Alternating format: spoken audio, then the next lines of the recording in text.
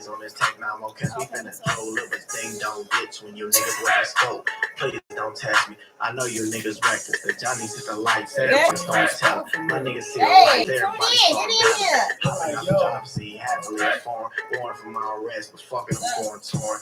I was to his face and have him singing back with me. But then again, he said he Billy. If you want me, come and get me. YouTube, Facebook, what's up? Drop a channel. Listen, we are going to change my intro music. Whatever you drop. Just drop whatever you want. You can drop the old stuff you want to. It's up to you. You was queued up for that, let's cue that. I like to drop. You know I'm gonna drop if I can. You can drop it. It's put on my neck. The only thing gonna keep me high. We don't follow. I say it to my face, nigga. We don't sneak this, Mr. Big Jack. These hands work, bitch. We love to see shit.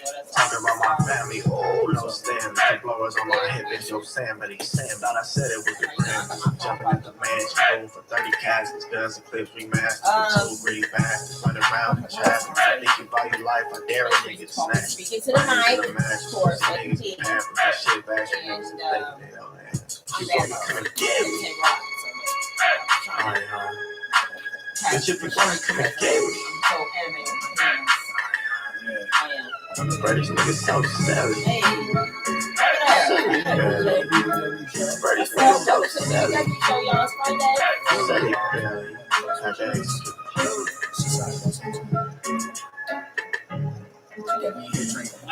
That's right. Yeah.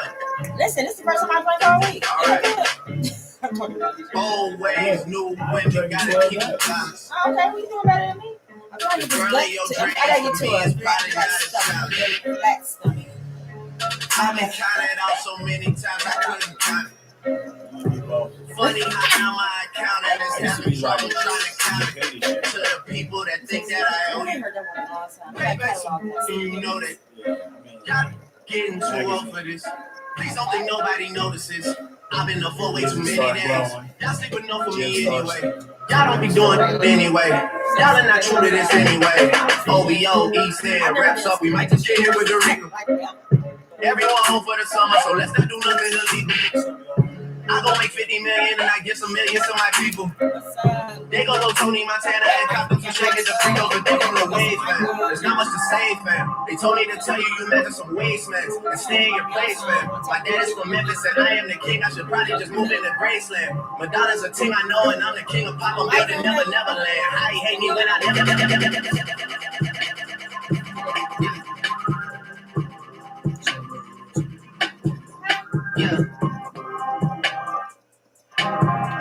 Yeah. Leave me out of comments, leave me out of nonsense. Speaking out of context, people need some content. Niggas trying to keep up, shit out of context. Whipping bands concept, heaven sent, God sent. At least that's what my mom says. Proof is in the progress.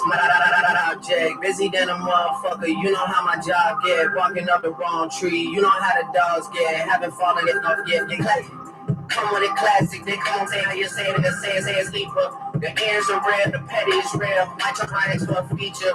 Deposit the money, the brand of the issue. She gave me twice, I didn't even know for once. She needed a visa, 42 millimeter, made in Geneva. Yeah, I probably should go to Yeshiva.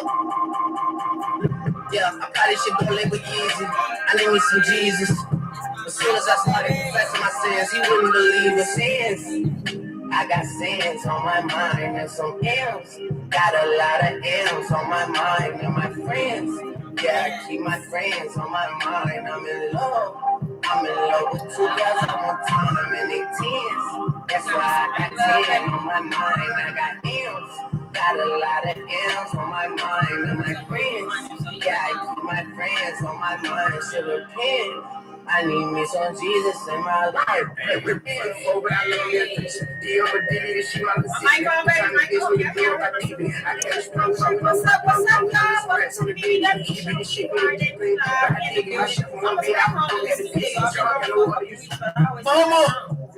Mama, come on, Migos. Listen, we back in the building. We back doing what we do. We're gonna keep doing what we do. It's my Friday. Yeah, y'all, it's my Friday. What you messing with? What you messing with shit? Just because you're an engineer don't mean you can mess with shit. I'm cutting it out.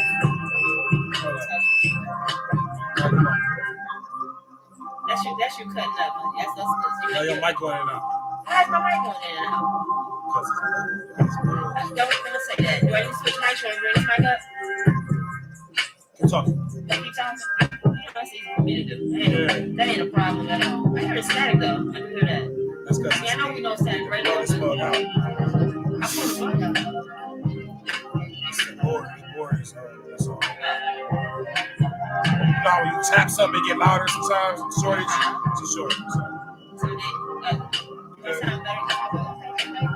We're back to our regularly scheduled program. No, we're not. Hold on. Okay. I think we'll be all right. Maybe. Okay, yeah. I hear myself. I'm a little too loud up there. I hear an echo. I hear an echo. You hear it?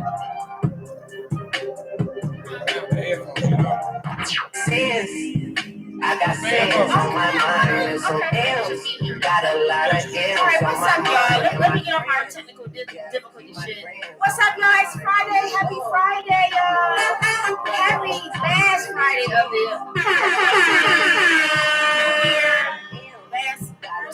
last week. Is that right? First month of the year, last Friday of the first month of the new year. Okay. Let's make work. What's up, y'all? I miss y'all. Hey, y'all for tuning in. It's Friday night. Y'all know this is my favorite night of the week. It's my Friday, not my Friday. We getting it in. Y'all heard the song. So, welcome to the BBW Show. Again, we got I was waiting on it. I was waiting for my baby in the building. Hey, y'all know who that is behind the ones and twos. That is no other. It's a Mar. Welcome. Well, why you ain't make me a special announcement with my name and stuff?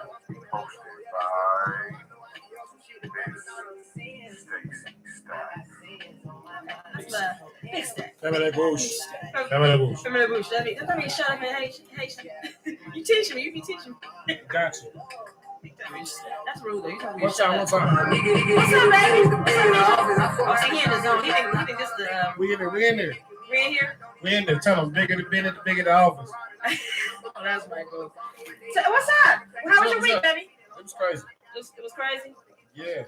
Oh, damn. What does that mean? Sometimes is that a good or bad thing? You know, I don't like A little bit of both. A little bit of both? Sometimes they mix good. All right. So it was a cold ass week. So what was crazy about it? Was I didn't get sick. Amen. We'll say church to that. You know, You look healthy. Yeah, I'm healthy. Okay, thank God. God. I don't like you healthy. Nice. I don't like you healthy. Right. It's been a crazy year start. Ain't it been a roller coaster though? It started from the end of 21 for me, but that's okay. Crazy.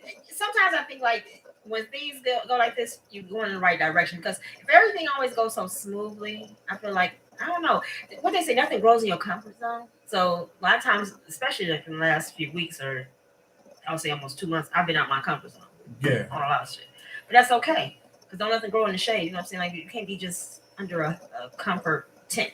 Right. It's all part of it. It's all part of the grind. Right. You know, the discomfort come with it. It should. If you ain't experiencing no discomfort, then 9 times out of 10. Man, he dropping jewels already. I'm just saying. Oh yeah. You know, it's all part of the hustle.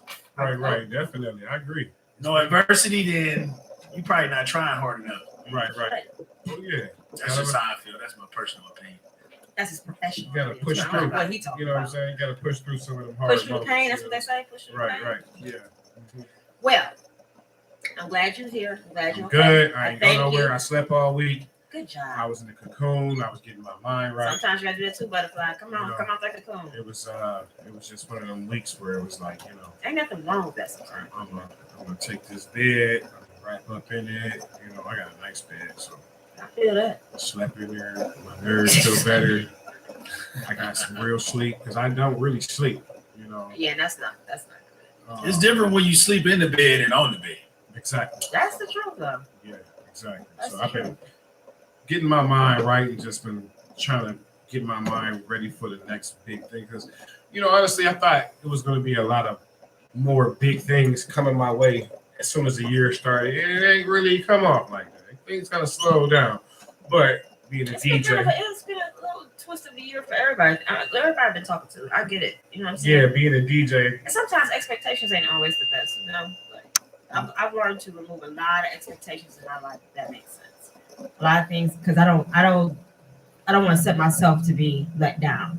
right. You know what I'm saying? Some things I expect naturally from people and situations, and you know, your everyday, but certain things that I've learned to like, oh, I expect this coming my way because you said this. No, I mean, you gotta even with the show, I can use an example. Sometimes I'll be ready for this, and then I have to do a twist all of a sudden in the middle of the night. I'm waking up doing something else, and it's all types of stuff that come your way. You know what I'm saying? You know, DJ at the end of the year, you get all these gigs, and then after New Year's and Christmas, and Thanksgiving, Christmas party, everybody slow down. People trying to get their purses back up. Right? Yeah. It's the grind time of the year. This is feet 10 toes. You know, you think about it. Everybody trying to get their bodies right, their mind right, their bank accounts back right, families back right. They done screwed off so much money at the end of the year. Well, you got to understand too. You know, January. That's just business worldwide. That's not an inclined state. I don't care if you're in real estate. I don't care if you in, you know, automotive. Right, you know, the market pick up at pretty much back in March. Income tax time. Income tax time. You got, you know, the car market pull back up. You got the car show. So, you know, our year kind of like, you know, at the end, fourth quarter, everything is up. Right. Then you hit January and you like this, and then you got to glide through February. You hit March, it pick back up. But that's business worldwide, you know, like it's just not DJing or, you know, I mean, my business. I can see how, you know, things are not the same as the previous month, especially in January. Yeah, right. Especially in January. I'm banking on some birthdays and a couple things like that because you know birthdays come whenever. You know? Listen, we got a fire month coming next month, honey. We're about to be on fire next month. So, but we got some things. We need to listen our asses down too and talk about some stuff. So tonight in the studio, you guys, I have a special treat. And I can say that personally because I was able to experience this gentleman on a level of his business, his grind, his intelligence, his gangster, his boss-like. I mean, it was beautiful, the setting that I was in, you guys. I went to a seminar that him and his team gave, and they dropped, when I say jewels, and let me retract that. They did the seminar for free. These types of seminars that were given, to my understanding, that was our second one. I missed the first one. I didn't actually know about the second one. I think my nephew was at the first one, and I found out afterwards. But typically, you guys, it costs a lot of money to be a part of these types of seminars.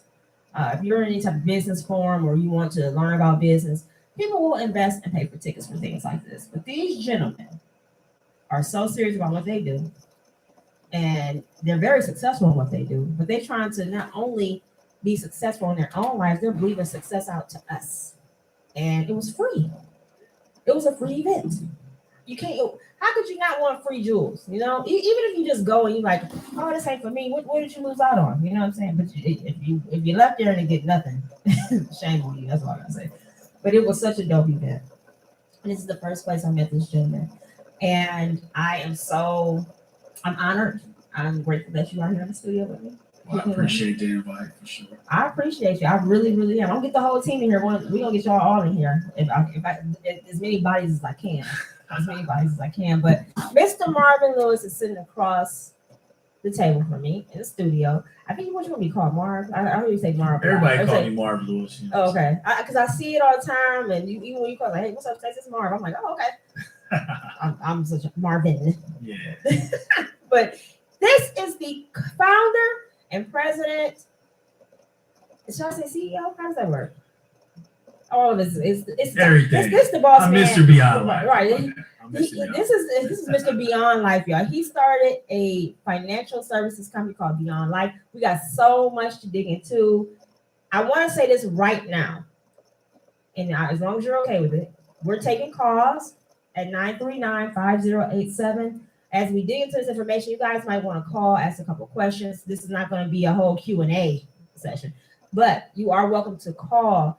And I actually welcome some of these calls because, one, I believe no question is a dumb question. Secondly, you'll never know unless you ask, or you won't know in depth. And this man got a lot of wealth, And I'm not talking about just money. I'm talking about, wealth isn't always monetary. I'm talking about the wealth that he has in him, the wisdom he has in him. And I'm gonna dig into his mind. But before I get into the money pot and what you do, I'm nosy. I always call myself the nosy host. I like to dig into who Marv Lewis is. Okay. I read your bio. I do understand that you come from the Glenville area. Is that correct? Okay. Mm-hmm. But I want to, Lil Marv. What Lil Marv? What was his? Yeah. I like to know people back because our story is our foundation. Absolutely. It's the building to us. So. Well, Lil Marv was really a problem, and he really was a problem just because probably the majority of the reason why a lot of our community and culture have issues, and it's because lack of guidance, lack of decent role models. You know what I'm saying? Yeah, like people that give you something that's worth striving for. The things that we glorify in our neighborhood was not necessarily things that were positive, quote unquote. Right. You know what I'm saying? So we lack guidance, and when you from areas like that come from lack of resources and a whole lot of systematic emplacements, you kind of conform to that. Yeah. And sometimes it breeds a monster. Right. Exactly. So I've definitely had my share of ups and downs, and I just been able to kind of embrace it at this point in my career because I'm like, yo, you know what? This is really what makes this authentic to the person that's going through those things that I went through as a young black male living in the ghetto. Right. So I just really got to a point where I embraced all my adversity, all the things that I went through as a young man. Just crazy shit, man. Just crazy shit. So what elementary school did you go to? I went to Lafayette Contemporary Academy. Lafayette. So I went there until third grade. I went to Forest Hill Parkway. Okay. 112th in St. Clair in elementary school. Okay. And from there to Patrick Henry. My mother was not letting me go to Glenville. She was like, no Glenville for you. So she sent me down on Payne. I went to a health career center and I graduated. Ah, did you? Yeah. That's interesting. Okay. Like I wanted to be a nurse or something. Did you? No. Oh. I didn't. I'm sitting there though. Yeah, no Glenville. Go be a nurse. Was you mad that you didn't go to Glenville? I think the only reason why I was somewhat upset about it because I was an athlete. I was ranked in baseball in the state of Ohio at the age of 14. Okay. So I played baseball here, Texas. I was recruited by teams, and I think it really just made me pissed off that I couldn't play high school ball because where I was going didn't have no baseball team. So other than that, I mean, my high school life was pretty good. Okay. I mean, population 400. 50 boys, 350 girls. Oh yes, it was a good life. It was a good life. It was a good high school life. Good high school life. The sports program wasn't nothing, but I had fun. I know that's right. 350 to 50. I'm sure you did the ratio. A lot of fun. Okay, so in health careers, what did you pick up from there? Like, was it? I know what health careers was, but was it anything that you really got in there that like struck your attention to kind of construct you once you were done, or you just wanted to get out of high school? Not really. I mean, to be honest, I was just there. I was so lost and misguided as a teen, and I was just there. You know what I mean? It wasn't really like it was like, yo, let's figure this out, just how to get up out of this school. Okay. And I kind of finessed my way out of there. Oh, yeah. That's how I end up in the military. But I finessed my way out of high school with a little recruiter and had him kind of work his hand for me. Okay. So do you have any siblings? Yeah, I got 2 brothers. Okay. I'm the oldest of 3. You're the oldest of 3. Mm-hmm. Okay. Can we ask your age? Is that a no-no? Yeah, sure. How old are you? I'm 39. You're 39? Okay. And you being the oldest, so that's a good segue. Military. Because I did read that you were a vet. Thank you for your service. We appreciate you in so many leaps and bounds and so many That mercy my heart. I appreciate that. I love y'all. I do, because that's not. Yeah. I ain't the one, but you know what I'm saying. I don't think I was either though. You know? I'm about to ask you. So you went to the military right out of high school? Yeah. Yep. I actually left. I graduated June 11th, and I was shipped to the military. Probably, I think it was like June 25th or something like Jesus. that. So like 10, 15 days after high school, I was being shipped to Fort Knox.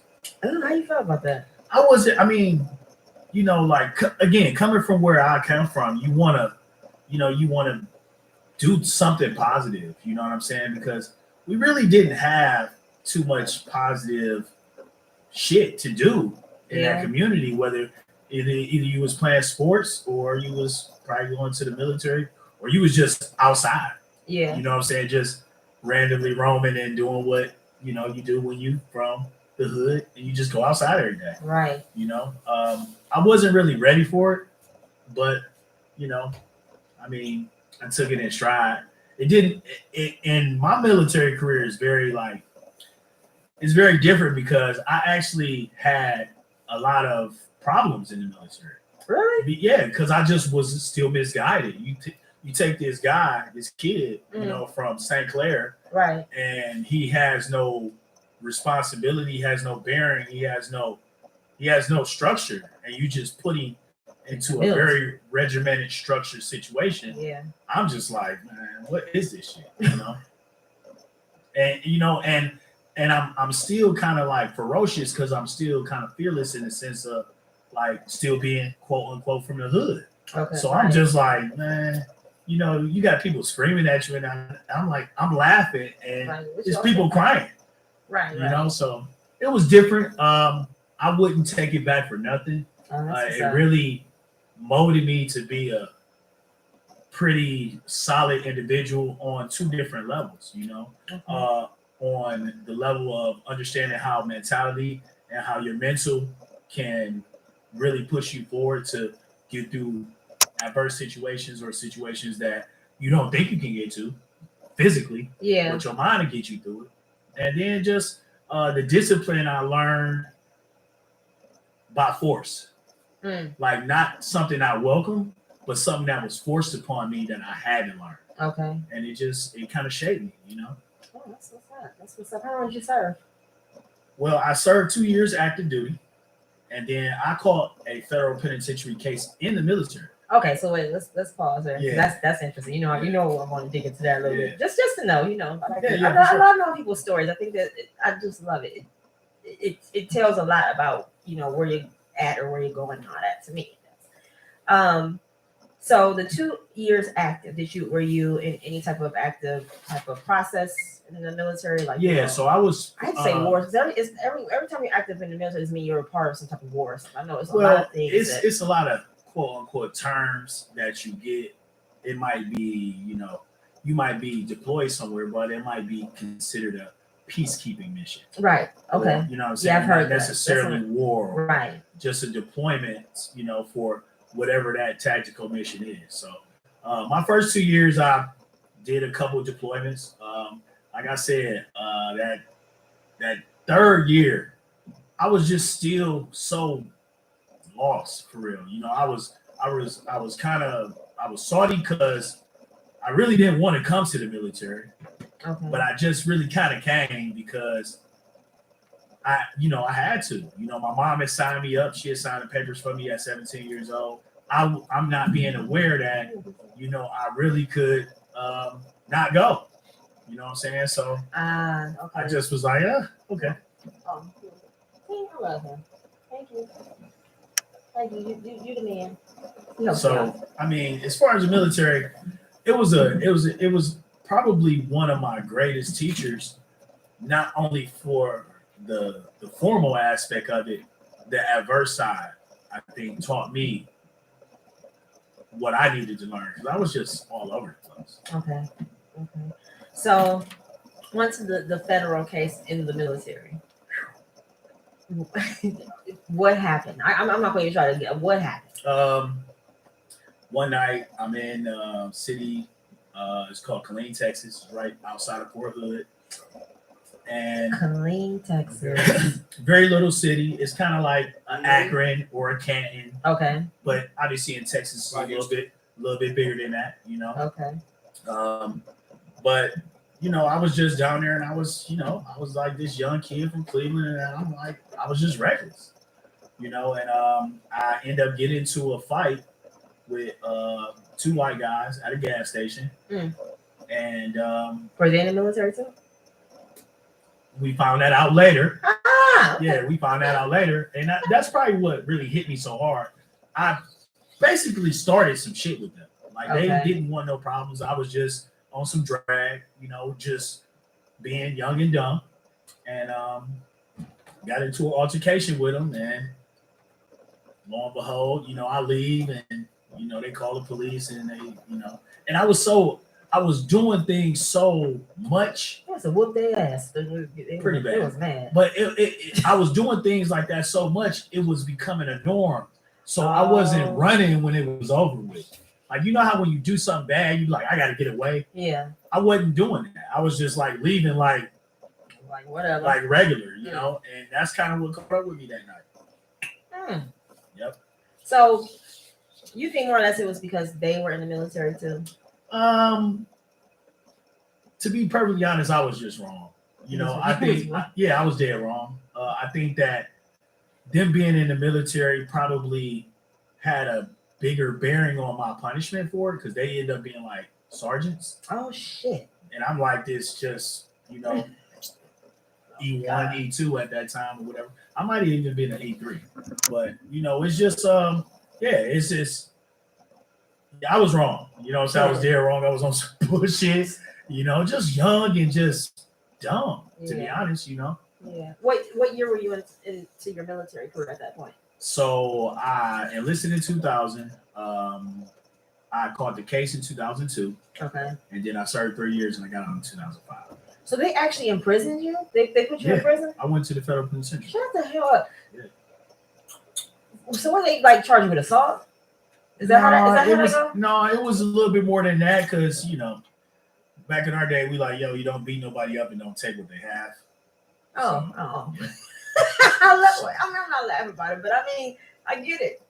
But that just goes back to like not having proper guidance, you know what I'm saying, to even think that way. Okay. You know what I'm saying? So when I reflect on those things now, you know, and like I said, within the last 5 years, I really just embraced this whole story of all of this. And I didn't even embrace it until I got my first magazine interview from Shark Business News. Okay. And, you know, he was just like, you know, tell us your story. And I'm like, damn, I'm telling the story.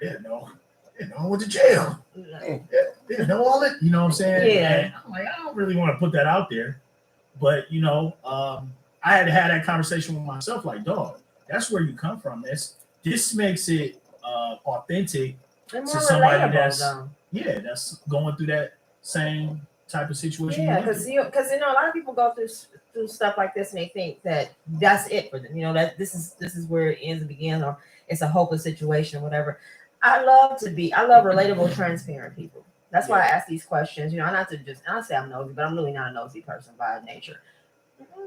I mean, but I like to know people's history, because again, it makes people understand, like, you know, hey, if he did it, and I don't know, that sounds so cheesy or so like that's, you hear that all the time, but if he can do it, or she did it and been through it, I can too. You know, that's well, I think if you really begin to like just dissect every person, not even necessarily who we consider successful, just, I mean, if you look at the Aretha Franklin story, you know what I'm saying, like what it took for her to get there. Like, I swear. James Brown, like, you know, not even the Jay-Z's. I mean, you talk about Maya Angelou, like the things that they went through to ultimately get to their succeeding place or their place of elevation.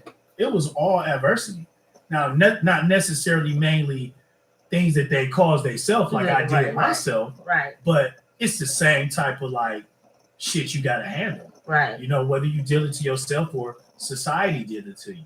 Yeah. You know? Yeah. So, I mean, when you look at all the stories of, you know, the great people that have, you know, kind of broke concrete and set the bar, everybody that went through some shit. Yeah. Everybody that have been at a point where they was like, I'm gonna give up, or I'm gonna this ain't for me, or am I good enough?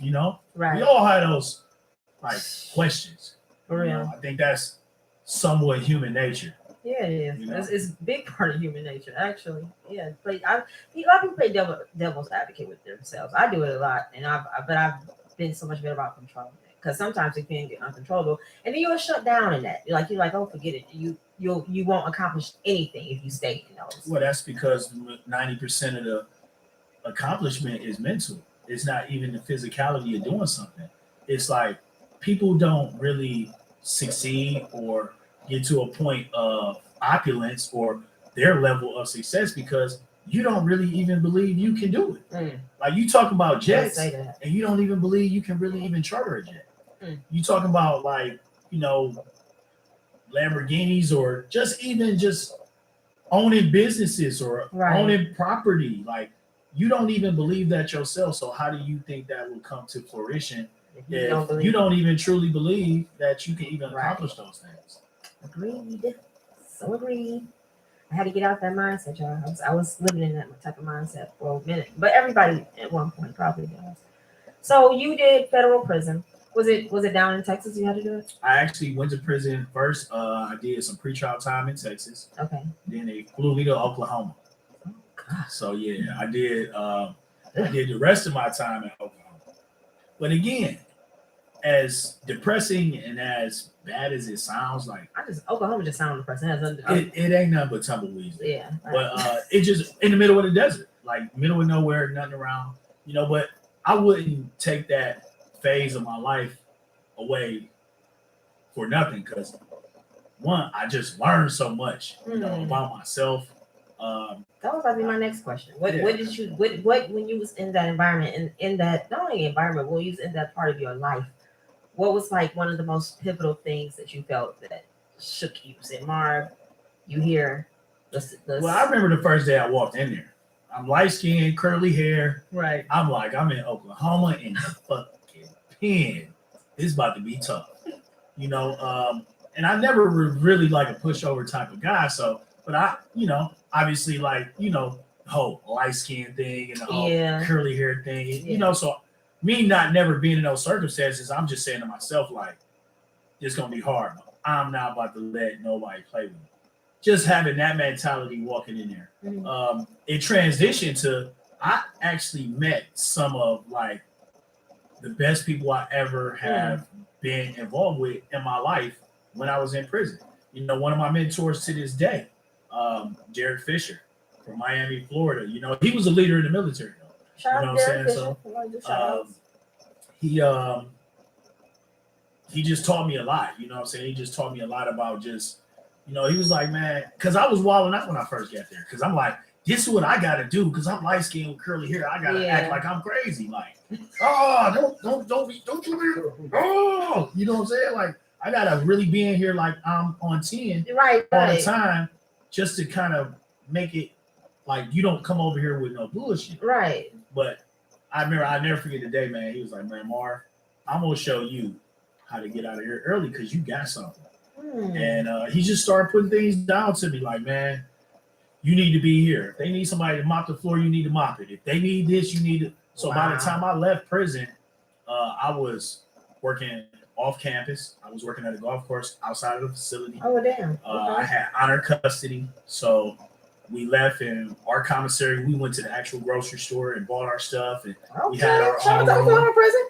Yeah. So it was, as I went through this time, things quote unquote got better within the limits of being in prison. Absolutely. And I just started to understand, like, don't play with these folks.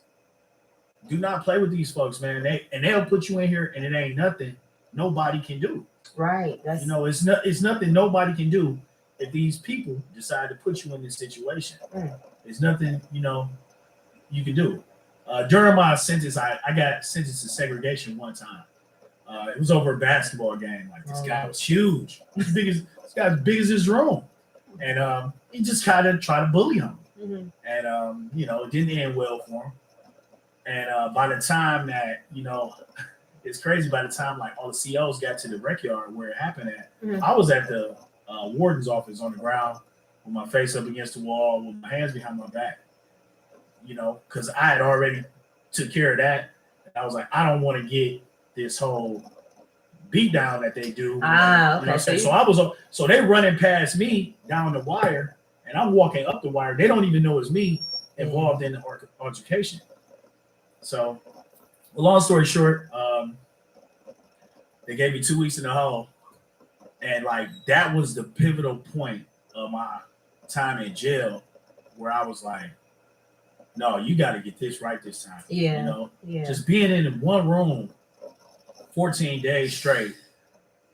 It's one of those things that just it brings you to a point where you like, damn, this shit real. Yeah, I imagine. So I stopped. I couldn't stay up. I had to reverse my time. I couldn't be up during the day when the sun was out and I look outside. I had to stay up at night. Okay. Where it was like dark, and if I looked outside, I didn't see nothing. Okay. Because I couldn't sleep. I couldn't be up during the day. I would go crazy. I'd be looking outside. I'm just in this, just walking around or reading, you know. So, but you know, like I said, at the end of the day, those things really put me in a position to understand: one, don't play with those people. Yeah. Don't play with those folks. Okay. And two, you know, sometimes like you got to be careful what you pray for. You know, you got to be careful what you pray for. You ask God for strength, and He gave you a situation where you got to be strong. You know, and I think a lot of times we kind of forget about that part. Like, what we want and how we feel we'll get there ain't necessarily how, whether it's your God or your universe or whatever, is going to get you there. So you got to be careful what you pray for. Because I was praying for strength. I'm like, make me strong. I got something for your hard ass. Lord, this is what you about to do to me. I wasn't thinking this. I was thinking something more like easier, like you books know? and But you know, 20 years later, I can appreciate it. Yeah, you know, and that's that comes with maturity. That come with it, but that the biggest thing is come with experience. Because if you didn't have that experience, you would have never been able to relate or even relay this to us. You know what I mean? So yeah, that's dope. That's dope. So fast forward, we're out of prison. What was your next move? What did you know once you stepped on freelance? What you wanted to do? Were you coming back home immediately? Even then, I was kind of like straight up and down. I had lost some of my like bad ways. I lost lack of integrity. I had lost like certain core values that I went in with. Well, I ain't even gonna call them values. Certain core things that were not values that I went in with. I had lost them. So I was past the part of like stealing, or I was past the part of like just finessing, or just not being straight up and down with people. So I got that part out the way, but I was still kind of misguided in the sense of now where do you go? You know, what do you do? And that's pretty much when I got out, I was 20. I went in, I got out, I was 24. I was just turning 24. Still very young. Yeah. And that's kind of what my lawyer said to me. He was like, look, man, you're young, cop out to this, and go back and get to your life. Because if you take it to court, you're gonna lose. Yeah. I was facing like 22 years. Was that the oh. That was the max. All right, that was so you know, my lawyer was just like, look, dude, you're young, take this, you know what I'm saying, 3-year bid, you cop out to it now, you get back to life, you be fine. Right. So I was just like, that kind of makes sense. Yeah. You know, I still have a little bit of time. But like I said, once I got back to like civilization and the society, you know, I still was kind of like, what am I gonna do? Did you come back to Cleveland? Yeah, I came back to Cleveland. Okay. Yep. Okay. So it was just like I said, once I got out of prison, I had lost certain like shitty values about myself. Like I had become a better person, but I still didn't have no career path. Okay. I still didn't have a way that like I was going to produce. So it was just like, let's go find a job. So listen, I love how you say it's like he's segueing all my conversations. I love it. So what type of jobs did you hold? Like what was like one a job that you say, it was worth it, or was like one that was like I would never, or I had to leave that job. Like what was your like What was your were you going to a job field of the most money you can get, or things that may make you happy? I mean, well, at that point, I'm like, whatever I can get. Huh? I mean, I don't even know if I can get a job. Okay. You know what I'm saying? Can I get a job or can I not get a job? I never had a job before outside of the military. So Okay. I really didn't understand. So in high school, you never had a job? Well, I had, like restaurants. Okay, that's what. Like okay. That. Yeah, okay. Burger King. Okay. I worked at a nice restaurant downtown in the Halley building when I was a senior. But I mean, just being in a position to get into a job where it has to make ends meet. Yeah. I had never been in that position. So I'm like, well, what am I going to do? I started working at the Ritz-Carlton. Okay. And I worked there for probably 2 years. And that was really the beginning of my networking. Like, I was just meeting so many people. Like, it was so many people there, So I worked there. And it's kind of a funny story how I lost that job. The short end of it is LeBron had just came into the league. Rich was working for him. Just as a whatever he was. He wasn't his agent at then. So, they stand at the Ritz. Rich is like, hey, I got some tickets for you for tonight's game. This is Melo game and Brian game in the NBA against each other. First game. Oh, so I go to my supervisor, like, look, let me take the. Let me get up out of here. I'll come back because Gund Arena at that time it was called Gund Arena. Right. It was attached to the Ritz to the Tower City. She went on. I was like, well, good night, sis. This is over with. We ain't gonna miss this one. And I take no. I'm 24 years old. I'm still living with my mother. Yeah. So I done quit my job. The next day, my mom like, why you ain't at work? I'm like, oh yeah. Mom wasn't having it. She was like, you got 2 weeks. You got to get up out of here. So, that pressure put me, now I'm like, I don't got no job. Right. My mama is not playing. Right. So, then I started working at the Hyatt. Okay. So I went from the Ritz to the Hyatt, and pretty much I worked in hotels for the most part. I worked at the world headquarters, American Greens for a little bit. Then after that, I got into the car business. Okay. And then that's what really started to shape my business acumen. Okay. So I sold cars for 5 years. Okay. Then I did finance for 5 years. So selling the cars, what was the dealership you went through? I was with the Liberty Auto Group. One out in Warrensville? No, I was actually in Southern. Oh, Southern. Okay. Yeah. Okay.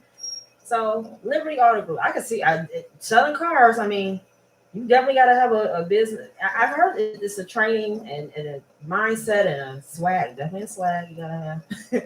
So I can imagine. I can see that in you selling. Probably can sell a damn Pinto to somebody right now.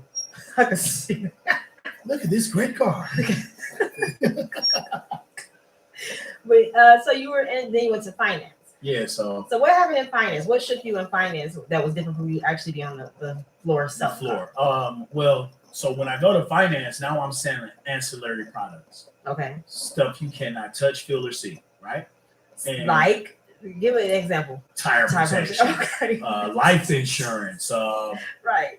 Okay. Paint coating. Shit that they always trying to put prepaid oil changes. Right. I mean, you name it, So when I started selling products that you couldn't really touch, feel, or see, I was like, you don't even use this unless you need it. Right. So take note, I'm 5 years in, and I got so good at it, like my colleagues, I started really superseding them. And you got to think, I'm the youngest Black kid in this dealership. So it's kind of like. Did you feel like in that setting, is that like maybe one of your, I'm not going to say first time, because I don't know how you felt with the military and everything, but do you feel like that was like a success moment for you? Like yeah, you were feeling like you were. First time I made $100,000. Okay. So I mean, left the floor making 100, going to the box, finance box, I'm making 150. Okay. So I'm making good money.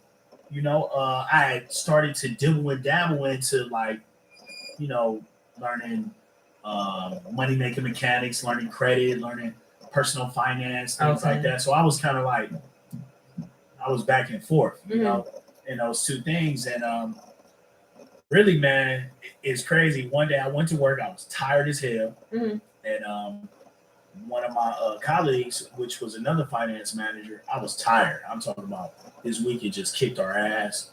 You know, you got to think you've been in the dealership 60, 70 hours a week. Yeah. It's just a lot. Well, long story short, he's like, look, man, take this pill and keep you up. You know what I'm saying? You'll be able to get through your day. And I'm like, well, what is it? He's like, it's an Adderall. So I take the Adderall. Bet your ass was. Man, I got to seeing through the walls. I bet you. I'm like, hold on. I say, hold on, man. What did you give me, my boy? And you know, I start going back and looking through my numbers. And I'm like, damn, like I made y'all $30 million last year, and y'all gave me a car. Wow. And $160,000 salary. I say, man, and I'm selling ancillary products, shit that people don't necessarily use unless they need it.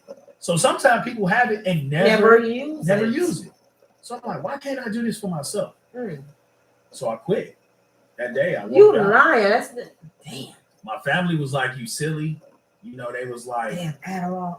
yeah, exactly, right. My family was just like, you silly. You don't know what you're doing. You know, you one of the most successful people in our family at this point, and you're walking out on this job. You're making over 6 figures. Blase, blase, blah. I'm like, what is 150,000, 100,000? 30 million. You can make $1 million. I'm showing you I'm capable of making the money. I just made it for them. You know? Damn, that's some old boss shit. So yeah, we're not mad at that Adderall pill at this point. It was like the Limitless pill. You ever seen Limitless? Yes, I did. It was like that for me. I was like, damn, I'm smarter than everybody now. I'm telling you. And that was like literally that was a day cold turkey. I walked out of my job. Damn. I probably had $3,000 in my name, probably 4, maybe. And it was about to be the first of the month. Oh shit. So you know what that means? Pressure. This man, when he make a decision, honey, that's what he do. Yeah, but I said to myself, I say, look, either we gonna win or we gonna fall flat on our face. It ain't gonna be no in between. Okay. You know what I'm saying? So we gonna go after this, and we gonna put ourselves in a position to succeed, or we just gonna put everything we got in it, and we might not really have it, and we just gonna fall flat. But we ain't gonna do. We gonna go in, and we gonna put forth our effort, and you know. So with that, what was that effort for you? What did you when you left there? I'm not sure if you had a whole plan or not. But No plan. No plan. Okay, so what did you do? What was the either we're gonna stand strong or we're gonna fall flat on our face phase? What was that? What did you attack? I think the real transition was I really had a good name. So people had already trusted me. I was already really pinnacle in my community with helping my people get cars. So they was already like, he got a little juice, because if you need a car, 9 times out of 10, they could figure out a way to make it work for you. So I had a little bit of stability as far as my reputation in the community already. Okay. So, you know, with the credit situation and just building up beyond life, you know, I said to myself, I say, nobody's going to believe this. You know, because at that time, I was just getting, like, turning my wheel around. Right. So I wasn't even really at a place where I could say, hey, I got good credit. Okay. You know what I'm saying? I mean, my credit was decent, but it wasn't like A1. Yeah. So I'm like, nobody's going to believe that this is really the structure of the come up, especially from where we from, because we chase dollars. Exactly. So I said, well, how can I make my community feel like this is something that is authentic? Mm-hmm. So I just went and got like a very broke old dude I knew and a very broke young dude. Mm-hmm. And I made it sure it was nobody that really was looked up to. You know, I made sure it was somebody that people kind of like, not necessarily frown upon, but look over. They was like, oh, he's silly. Okay. Or he ain't smart. Right. Or he can't do this, you know, and I bubbled them. I took them from Reeboks to Gucci shoes, you know, Hondas to brand new cars. So when I did that for those 2 people, it just erupted. What did that look like? So how did you take older broke dude? What did you immediately start attacking his credit, or how did that go for him? Well, really, it was all about the product, what was produced. So it was like, I got to show what we did physically. No matter how much I can involve him mentally, nobody can see that. Right. Unless they dealing with him personally. Right. Now we gonna do that because that's go hands in hand with the management of being financially responsible. But I have to show something for this person. So it was like, that's what I did. And then, that person went from living very mediocrely to living a little bit middle class. Okay. When previously they was living pretty poor. So, okay, let me back up. Without the dealership, you know that you can get it for them, you're gonna be able to get it for yourself, and you're gonna help others get it. Is that when you started Beyond Life? Or was it just something that you were working towards and it didn't have a name or a label yet? Well, I actually started the credit repair company under my parent company, my corporation, Marvin Lewis Enterprise. Okay, so that's where I'm at. Okay. Right. So we started, me and a partner, we started Cavalier Credit. Okay. Now me and him began to build the brand, but we are two different type of businessmen. Okay. And the way we handle things are different. Not necessarily saying my way is right, his way is wrong, or his way is right, my way is wrong. But we were two different type of business counterparts. Okay. So we didn't necessarily like coexist in the widespread of the business as a whole. You know what I mean? Because I'm handling things one way and he handling things another way. Okay. So we kind of branched off. Okay. And then when we branched off, I went under Marvin Lewis Enterprise. And I came up with Beyond Life because I started dealing with a business partner. And I'm like, yo, you got the juice, people. I'm not going to really say who it is or whatever. Yeah. But I deal with a business partner that, I was like, man, I'm excited to work with you. You got the juice. But see, like, I just wasn't ready for that magnitude of person at that time. But I thought I was. Okay. Because I'm like, yo, I do good business. Yo, I know my business back and forth. Our clientele's growing. I'm ready to be in the room with these type of people. Uh-huh. And I wasn't ready. So him being the stand-up guy that he is, he didn't really hold it against me. Because, he older than me. He was one of my mentors too. So it was really one of those things where he embraced me. He was like, look, it's all good. You know what I'm saying? I get it. You know what I mean? But I just wasn't ready to be in the bed with that type of person yet. Right. Because I wasn't mentally, I wasn't there. And they was already winning. So, I look at him now and I say, sometimes you say, well, damn, if I would have just stayed. But, you got to look at your course, and what your course is and where you're going to go.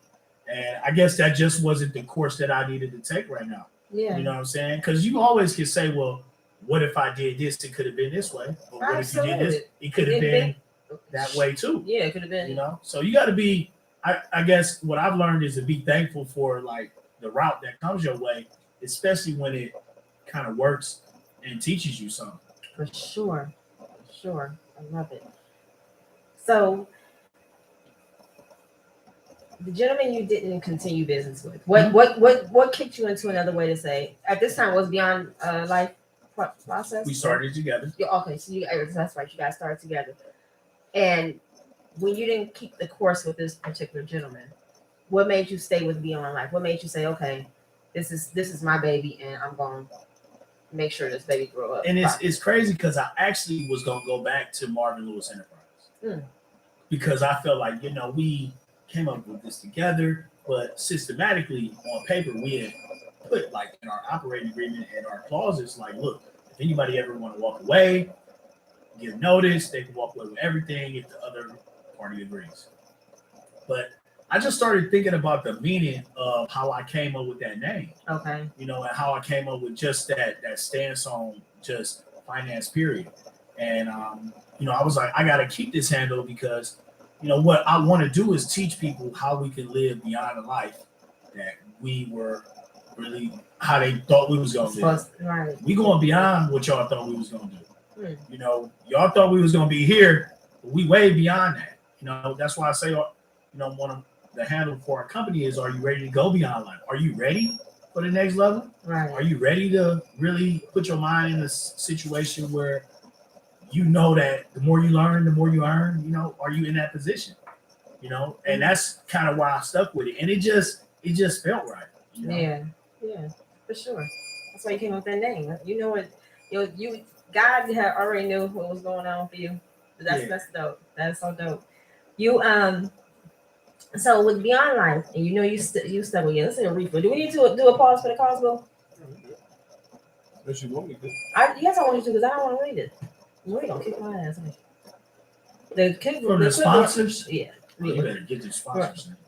There's a clipboard over there by you. Oh, you was. I know. I sucked that up. You was ahead of the game. She was like, nope. You used to watch your baby can read. You will read it. Yeah. Oh, I can read now. It's 2022. I probably can't read now. You know how I go. Did you give me one of what? I'm gonna need some. I'm gonna give you some of that. I'm gonna keep it on this end. But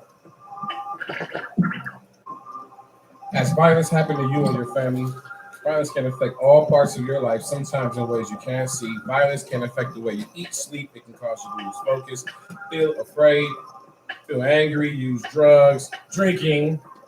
I'll do that. Is a way to escape. Violence does not have to keep hurting. You can change your life starting now with the help from the Trauma Recovery Center. Take control of your life. Today can be the day. The Trauma Recovery Center offers real help and real needs in real time. They offer services for safety, emotional support, food, clothing, and more. Don't let violence control you. You can break free, and TRC can help. Call the Trauma Recovery Center at 216-644-5487. They will come to you wherever. Call today. It's 24 hours a day, 7 days a week. And they can give you the tools to help rebuild your life and your health. Call today. It's free and confidential.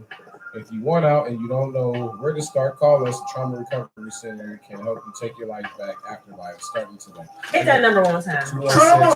216-644-5487. And shout out to Trauma Center for real. I know that organization personally, and they are for real when they say you got to come out anytime, anywhere. Somebody's getting out their bed at 3, 4, 5 in the morning. They will do it.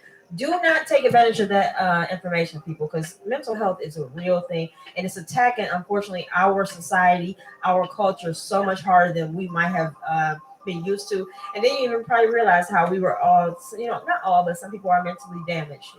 Take advantage of that information. Definitely. If you got Wii boxing, don't start. Right. Don't start on the Wii boxing. Don't start your shit. Don't start your shit. Don't start. They got free groceries. I'm sorry, y'all. That's not. It's free groceries and more. Yeah, we got them. You're not laughing at the trauma. I'm not hyping at trauma. I got severe trauma. He got severe trauma. Y'all can tell, can't y'all? And this one talking about drama. Trauma. He just said it's traumatic. I'm trying to think of what Migos song they say that. Oh my God, please. Okay. All right, I'm done. All right. Free groceries and more. We got free groceries. Y'all want some groceries? Y'all hungry? Y'all hungry? We got groceries. Y'all come down to 6812. Look, I'm here, y'all. I'm got it. This is them. 6812 Woodland Avenue. I'll even come down there on the first and third Saturday to congratulate you and help you try on your shirts. Every first and third Saturday of every month from 10 a.m. to 2 p.m. Come get your free hot meal. They got clothes for you for adults and children. Don't be too damn big thinking they got shirts. If Macy's don't got your size, they don't either. No, I'm just playing. Anyways, please, there are everyday actions to help prevent the spread of respiratory disease. Wash your hands, okay? Wash your filthy hands. Y'all know who I'm talking to.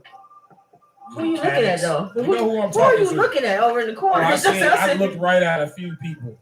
And you know who I am. You visualize them. You see them? You know what? Just be. Listen, all color of hands can get dirty. Wash your damn hands, okay? Wash your hands. Avoid close contact with people who are sick. Avoid touching your eyes, nose, and mouth. Stay home when you are sick. Cover your cough and sneeze. Clean and disinfect frequently touched areas. This information is brought to you by visit cdc.gov/COVID-19. This message is brought to you by the National Association of Broadcasters and this station, NoStaticRadio.net, Cleveland's #1 internet radio station. And just wash your hands, man. Wash your hands. Wash your hands. Clean, y'all. Put some sanitizer on them. If you sneeze, clean. I'm gonna be real with you. I wash my hands before I go to the bathroom and after I go to the bathroom. That's just weird. You clean. I have much respect for my private area. You know, I don't want to touch it with something that I touch the doorknob with coming in and coming out. You're weird. No, I think that makes sense. I guess so. But see, when we don't have to hold. You don't think about that? Oh yeah, y'all don't hold. Yeah, we don't hold. And we better than that one. I thought y'all do that pin. Oh no, that's not. That ain't for you. That ain't that moment. My bad. No.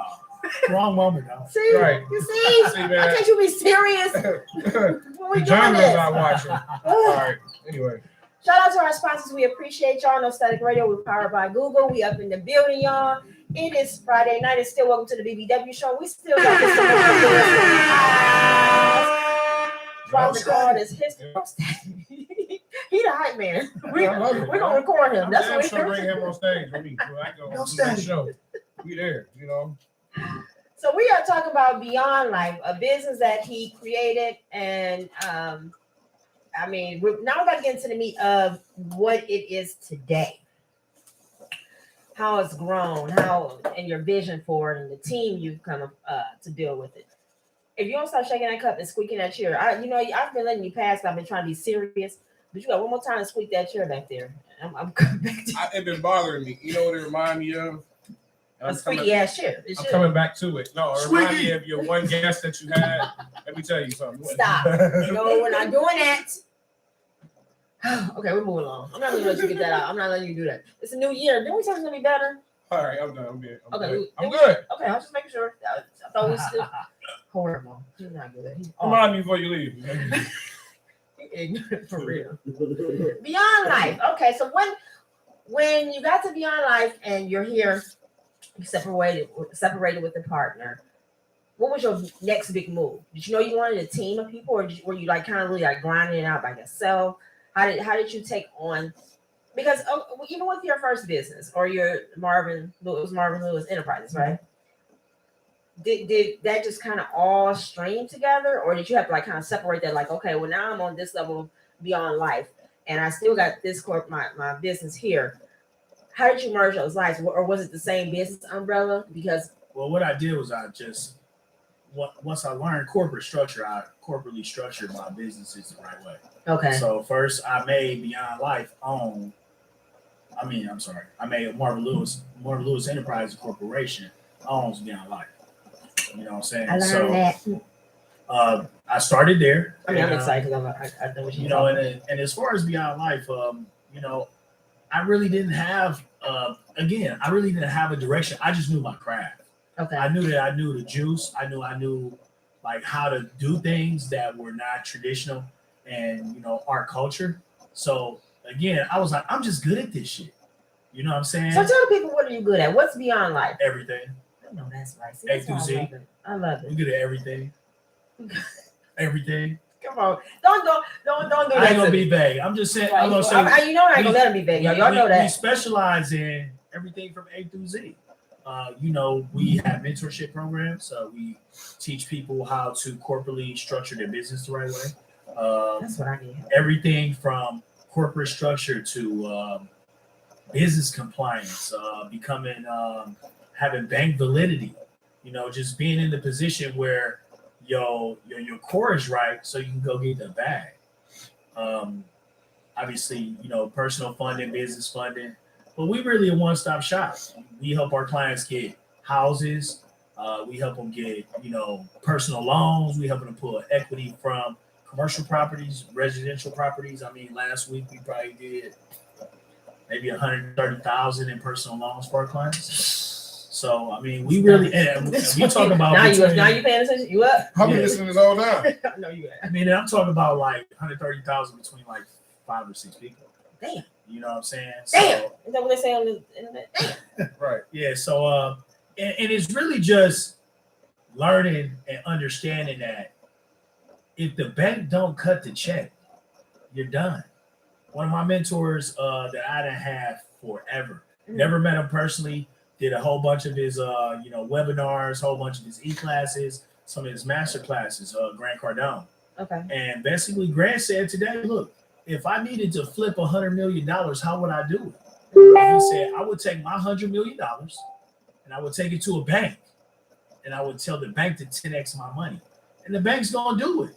One, because I got the capital and the investment up front and my name's good.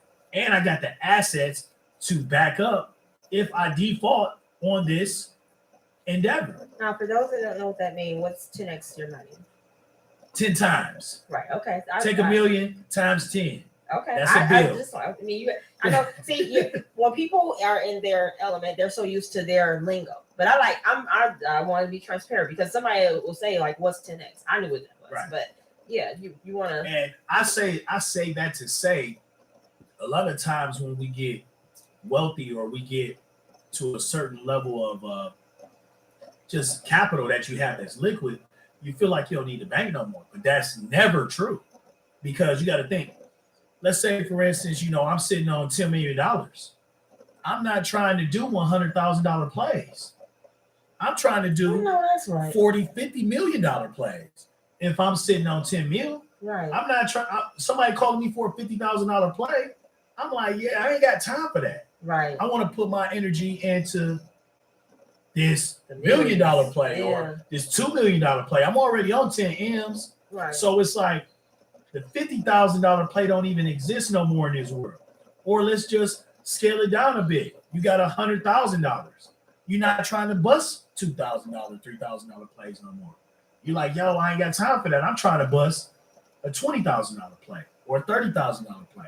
You feel what I'm saying? Right. You're not putting your time into $2,000 plays when you know you can put that same time and make $30,000 on a play. So as you level up in the game, your plays change. How you need to kind of move around change. Right. And how you need the bank to be on your side change.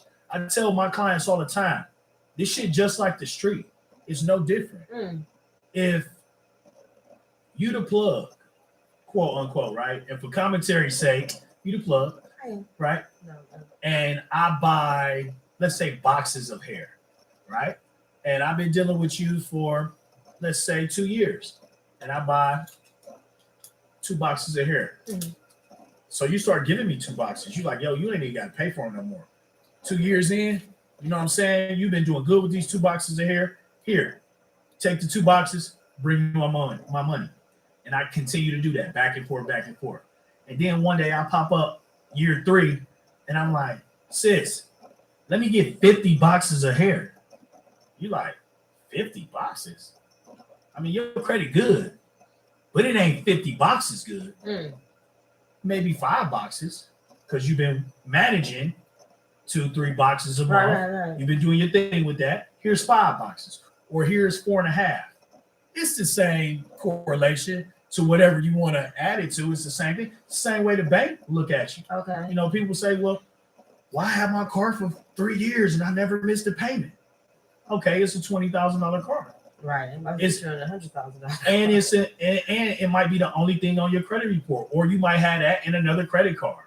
But see, everything is an average. So I try to dumb it down for people to understand that if it was your money and I loaned you $5,000 and you like, Mark, Friday, I'm gonna give you back your $5,000.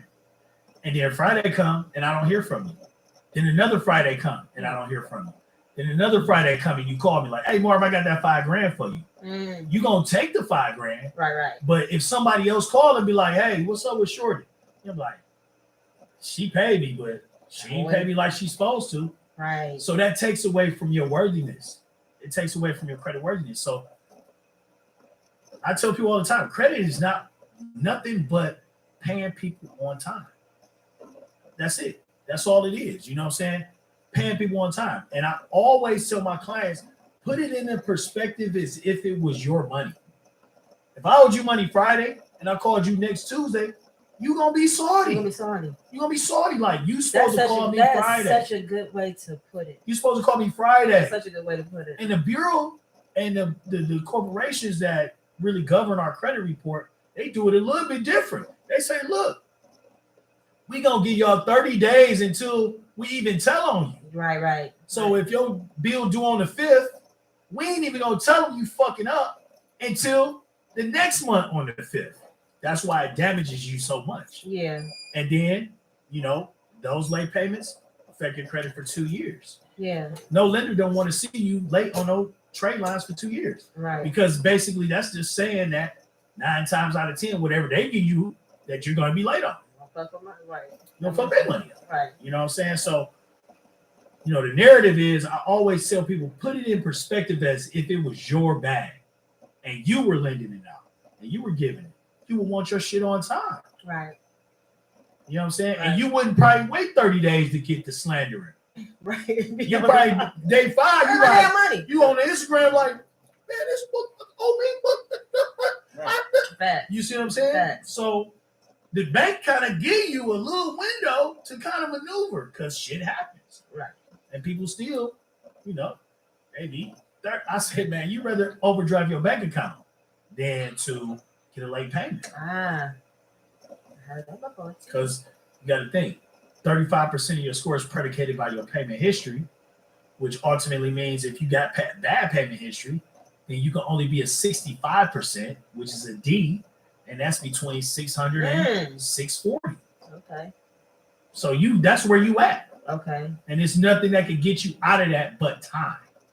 Because credit ain't about nothing but time. It's just like a relationship. If I met you today, you ain't gonna jump on me like you're gonna jump on me in 2 months. True. You know what I'm saying? It's the same scenario. It's a relationship, and you got to treat it as just as that. You know what I mean? Okay. Look at all the gems. Listen, let me pause. 216-939-5087. We taking calls. So as you're into this and you know your craft now you're confident. When did the team building thing come in? Like, how did someone approach you? Did you seek out certain people, other people to say, come on, you got the you're strong in this industry or this one?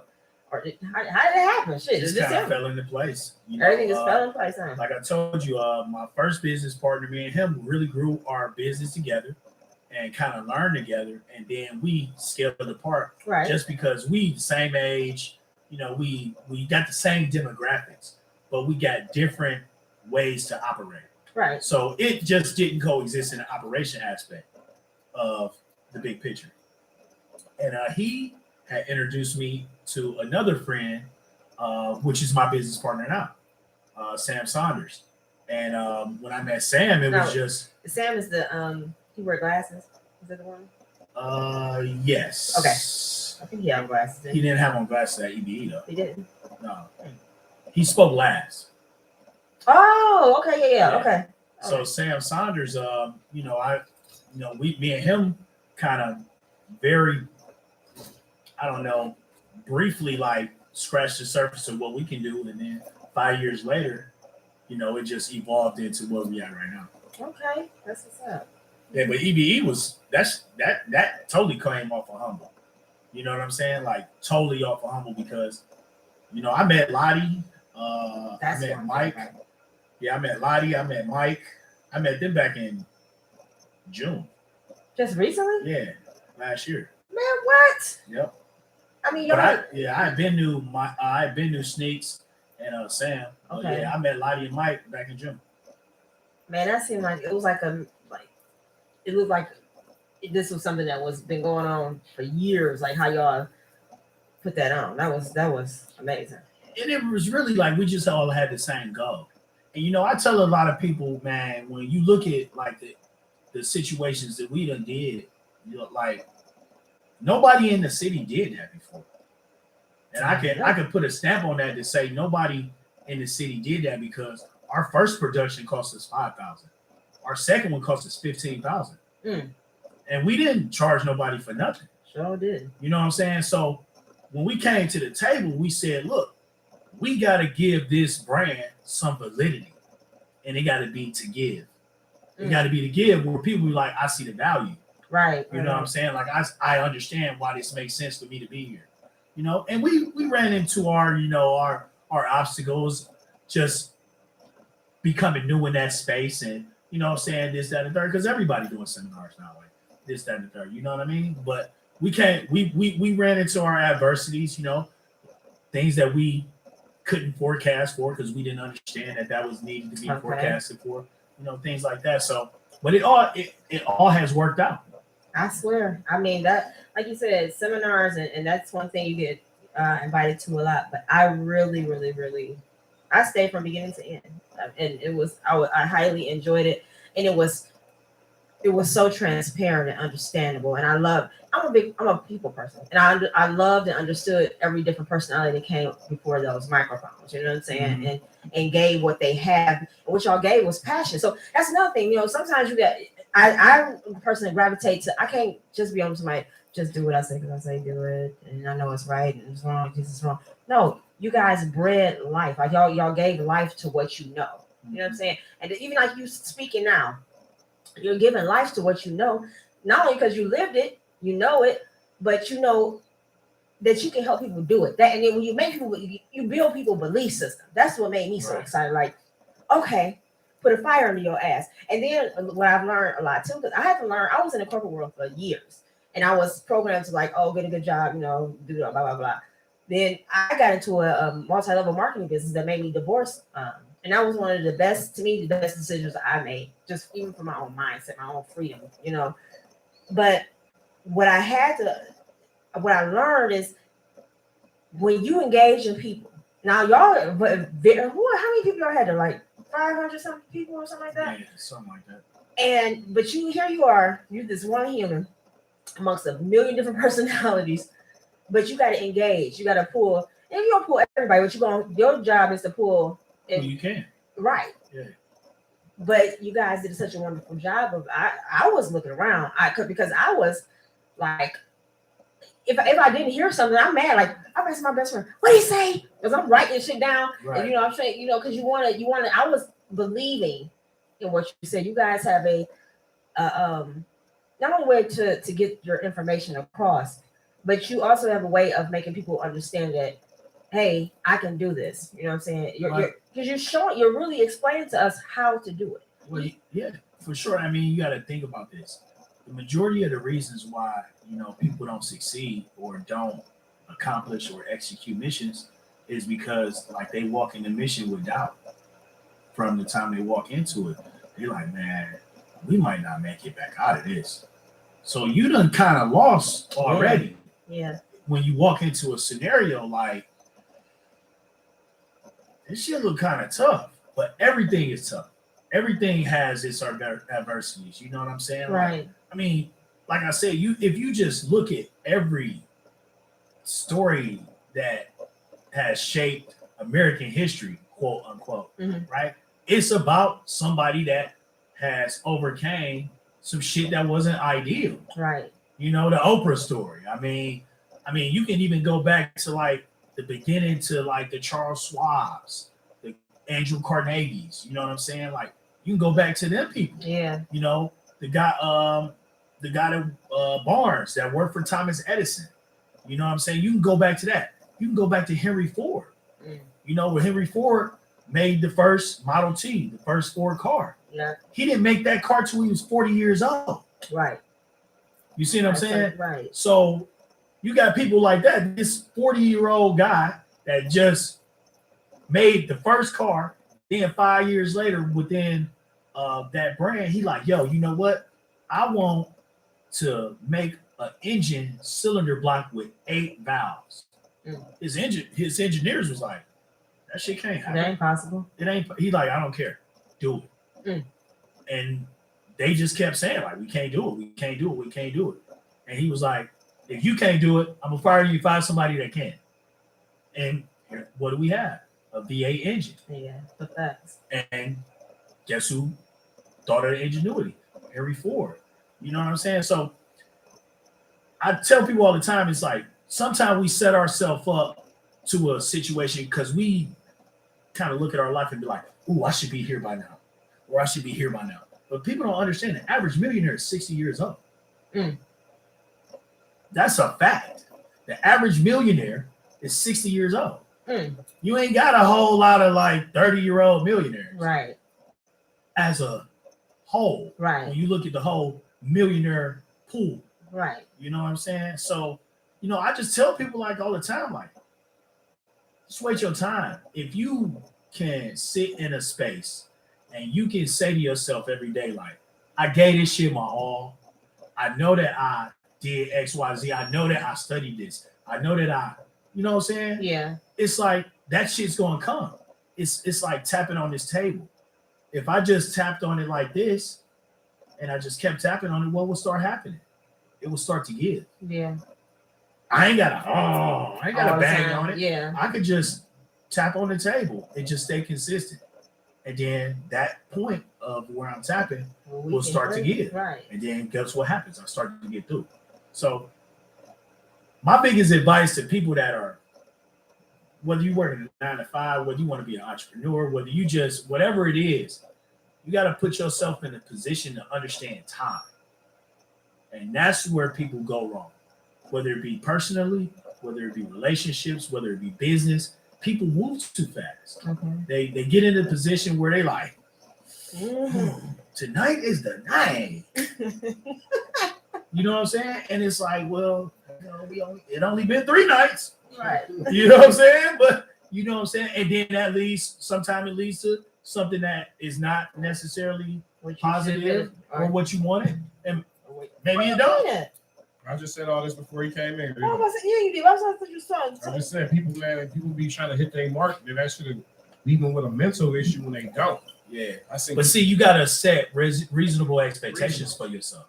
True. You know, people set these expectations that are not reasonable. Like, you know, some people do though, and then shit just come.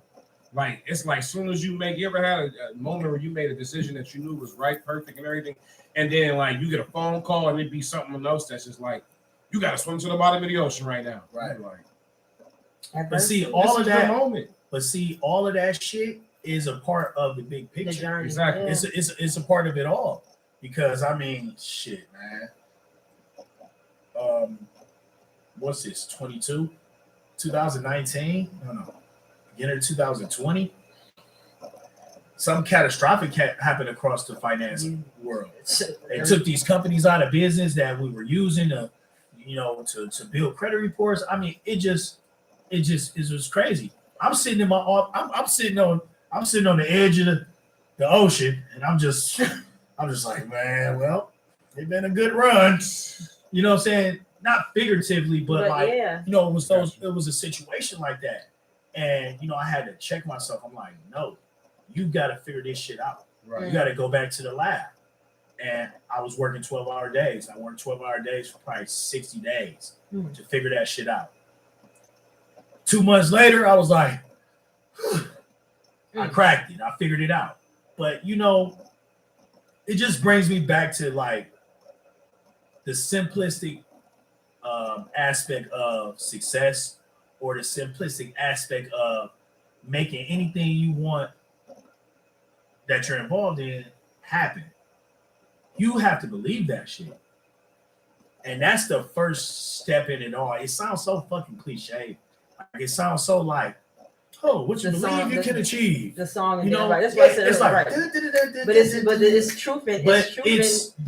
It's the start of everything. Yeah. It's the start of everything. You got to look at everything that we ingest. Think about this right now. We can't see the air, but we know it's there. Sure, and if I do that, you can feel it. Yeah. You see what I'm saying? But we know it's there. It's there. You know what I'm saying? So it's one of those things where, you know, I teach my mentees, I tell them, I say, listen, fuck the money, fuck your credit. Let's start with your mind. Let's start with how you thinking. Let's start with how you are defeated by things that happen that's not ideal. You know, how do you handle those things? Do you just say fuck it, you know, and give up? You know what I'm saying? Or do you go back to the lab and you figure it out? You know what I mean? Because it's all, and this is just my personal and professional opinion, that's what's worked for me. It's all in learning how to first believe in yourself, and you have to learn how to manipulate energy. You have to be in a space where some mornings I don't really have no positive shit to think about. I'm just like, you know, you have to wake up sometime and you're just not in a very positive, uplifting mood. Yeah. But I shake myself from that shit. Yeah. First, I smoke some weed. I do that first. But definitely hit the tree. But you know, a lot of times I just say, sometimes I say to myself, I just say positive things gonna happen. That's all I say. Because I have nothing definitively to think about personally that's positive. Right. I'm just like, today gonna be positive. Today gonna be positive. I know that's right. Because I like that. You gotta think to yourself, if you put yourself in those type of mindsets, And 9 times out of 10, the universe don't work that way. It's like me being happy all day and then like me not making people happy. I mean, obviously somebody maybe not be happy about it, but for the most part, whoever you come in contact with gonna be like, dude, that was pretty cheerful. Right. You know, your disposition made me better. Right. So it really just starts there. And shit, even as an entrepreneur that I'm at right now, it's like it's intimidating because you like, damn, I'm responsible not only for myself, but for my team, the people I employ. You know what I'm saying? And all of those things. So it's always going to be a intimidation factor in the grand scheme of, I guess, success, or if you're going to be a boss or whatever, you know what I mean? But I think when you break it down, it starts with, how do you feel? Do you feel like you really can do this? Do you feel like you really can sit here and accomplish what you're trying to get done? Because if you don't, then you're done. It don't matter what you got going on. So it just really starts. Yeah, your mind, mentally. Yeah, everything starts with the thought. It's all everything. Mental. So that's why they say like your sixth sense or your third eye. Yeah. You know what I'm saying? It's all about like really believing the shit you want to accomplish. I mean, you can look at it from any aspect, from a job to a woman to a man. You like, I'm gonna get that man. I'm gonna get that man. You know what I'm saying? And you put yourself in that, you line yourself up like that, then 9 times out of 10, you know, those things kind of come to fruition. Facts. What would you tell someone? You know what? It's probably easier to tell someone who's thinking about starting up businesses and all that. What about someone that's in the meat of their business? Like, what's one of the scaling it, like making it better? Yeah, like what would you tell them as far as not only making it better, but to help it? Well, I guess if you make it blossom, grow, you do make it better. But what's one thing that if someone came and sat in front of you and said, hey, you know, this is where I'm at with my business. I'm not moving, you know, what would you analyze for them first? What would you think that would be the best move for them? Even I mean, I know you have to know their business and what it's doing and what they, you know, product or whatever. Just generically. What would it be that you would first want to look at for them? Well, I always break business down in 2 separate entities. Okay. The application of service, what you're selling, what you're making, what you're giving to your consumer, and the application of business, the back end, your profit and loss, your scaling, your marketing, who you targeting. So now we got to say, which one do we need to work on, or do we need to work on both? Oh, okay. You know what I'm saying? Because we know these 2 things is truly what makes up good business. Your business, right? So, you know, I would basically just start there. You know, are you scaling properly? Have you, automated things that can be automated? You know, just service. You know, you're a restaurant. You only sell 1 chicken Philly a week. You probably don't need to have chicken Phillies on the menu. Hello. You know, you probably need to, hey, y'all sell a lot of steak Phillies. Y'all probably need to make maybe more than 1 variation of the steak Philly. You know, maybe y'all need, you know what I'm saying? So it's just simple logistical things like that you have to look at when you look at your business. But most importantly, you know, the reason why a lot of people fail in business is the application of business. People can make their t-shirts. People can wrap a car. They can paint a car. They can sell a car. But they can't properly operate the back end. They don't know what it means to be in the black. You know what I'm saying? They don't know what it means to target an audience. They don't know what it means to create an audience. You know, create a new diverse section for your business where you create a new audience because you created something new within the plethora of your business. Now, under beyond like financial stuff, is that like a service that you guys provide for certain businesses? Like, do you see the larger CEO and help them kind of coach them through that? Yeah, corporate structure. Yeah. Corporate structure for sure. And a lot of times when I run into clients, they just not properly operating.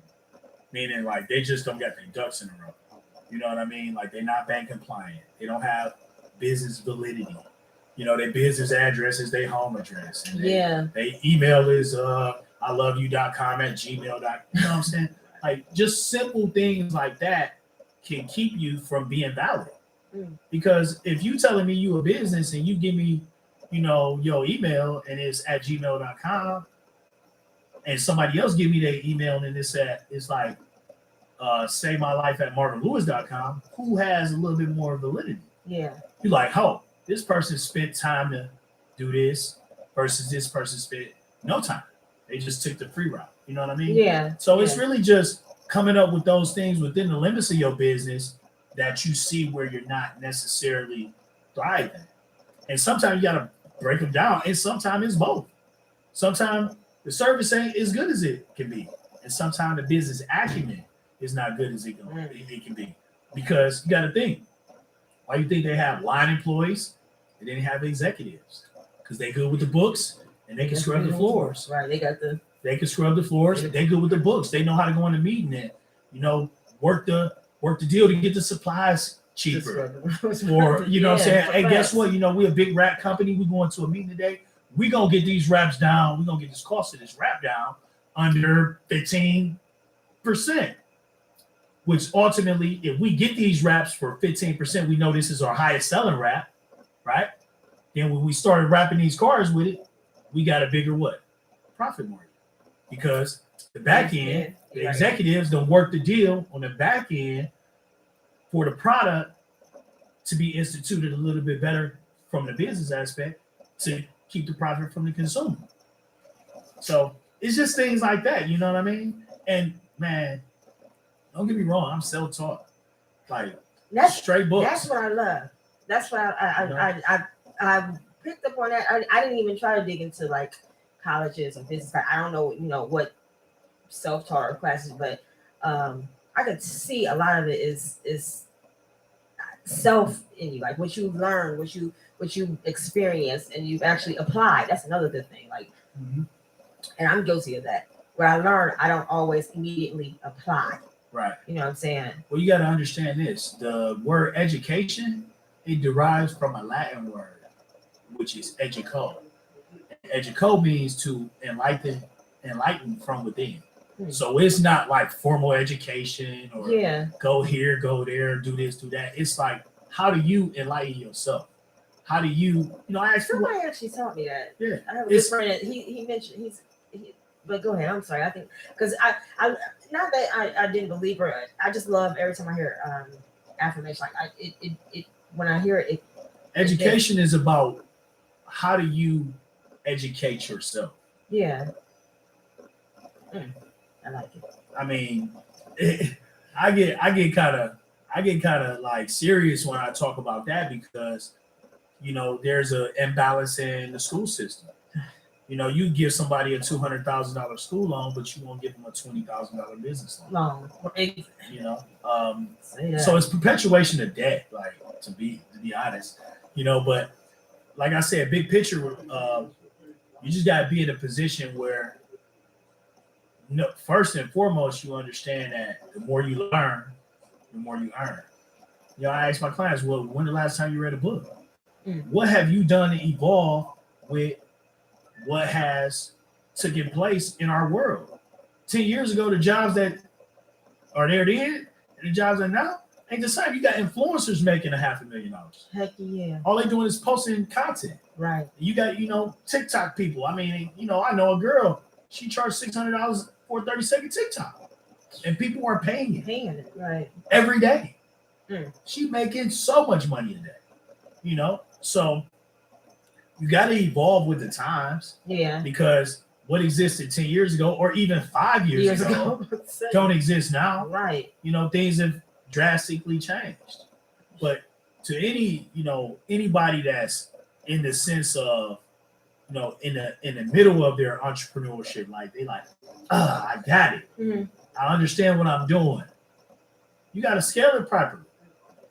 And if you scale it properly, which is the business acumen, you got to say to yourself, is my service and my business acumen on the same level? Are those two things progressing at the same rate of speed? Because you don't want to have better service than your back end. Right. Because then your back end trying to catch up. Right. You know what I'm saying? Got it. So with Beyond Life, one thing I know I read in your bio is that you're heavy on community work, reaching out, doing mentorships. What does that look like? How can people get in tune with that? Are you in a certain? And a lot of times people will have mentorships like in a certain section or certain neighborhood or maybe a certain district they're with, or they partner with maybe schools. How does that happen for you Beyond Life? What do you guys think? I done had a lot of opportunities, obviously with CMSD. One of my good friends is a counselor for the district. So I do a lot of parent Zoom calls for financial literacy. The fire department, I got a partner that's a part of the fire department. Nice. I work with them. I got a friend that's a chef that deals with Edwin's. So we're implementing a financial literacy course at Edwin's Culinary School. That's dope. Well, we just gonna, we just gonna take people back to the top of it. It's like there is no. I wonder, is this the damn touch? Answer him, honey. Please. It's okay. Is this Tesla? Okay, are you outside? They need you. All right, that's perfect. Thank you. Man, I love Tesla. They outside? They did it already. Hey, shout out to Tesla, honey. Hey, Elon. What's up with you, my boy? Elon, what's up? Shout out, me. I don't even know what you're talking about. Hey. What's up, Elon? I love shout out. Look at you, that's right. Hey, he just hit me like, it'll be done in 5 minutes. Well, okay. Thank you. Shout out to Elon Musk. Listen, I want. Can I get a ride in Tesla? Yeah. Okay, we're gonna make that happen. We don't sit in the back. We don't have to drive us. Oh God, help me. I'm definitely gonna use. You know what? That's probably the best thing for us drinkers. No, I'm just. You don't need a stiff one. Right. Oh my God, that's what's up. That's dope. I'm glad they own this shit. I like that. That's pretty dope. That's super dope, honey. Did it straight from the phone. It's right. You ain't Never have to be on hold with nobody. Nope. Went straight in the Tesla app, told them what was wrong. It came out. Took care of that business. Beyond Life, y'all. Now that's how you properly scale a business. Are you damn straight? Right. For sure. That back end, honey, they exactly. Honey, they up. I mean, what do you expect if you pay $100,000 for a car? For a damn vehicle, honey. I'm not expecting me to have to wait for AAA to roll up in here. Exactly. I'm damn straight about that. That's what's up. No, but they pretty efficient though. I probably would never buy another gas car. I mean, I might buy one, but I'm always having a Tesla. Okay. For sure. Oh shit. That's my baby. Is she baby? Her name's Chelly. Hi, Chelly. What color is she? White. I knew it. I don't even know why I asked that. I just knew it. I don't know. I mean, to me, in my mind, I think white Teslas are the best color. I just don't see anything. The very first time I seen a Tesla, I was in Atlanta in the middle of, they they only come in 3 colors. Red, blue. Really? Red, blue, and the gray. I don't know why I thought I seen the green. The shades, you ain't seen the green. Like an army green? Oh, that was probably a wrap or something. Oh, okay. Well, they only make the 2 shades are white and black, and then they make gray, blue, and red. Okay. Maybe people getting their okay. I didn't know that. I didn't know. Thank you for the Tesla education. I appreciate that. Of course. So I definitely want to get into. I got a lot of things I need to talk to you about anyway, but this ain't about me. We're gonna make a show about me and what I need to get done.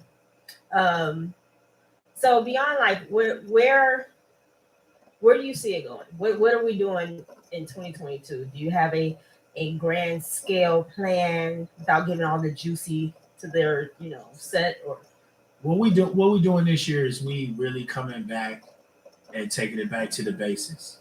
Okay. And we placing the responsibility in our community to understand that you have some type of responsibility in not only your future, but to just break this broke ass cycle that we go through.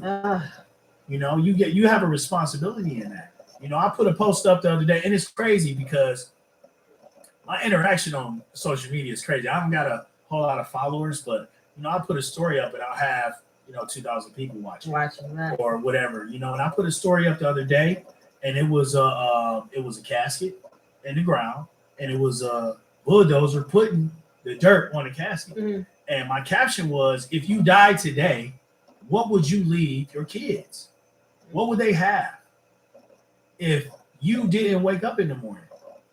That's a real statement. Hell yeah. You got to say to yourself, like, because we never know.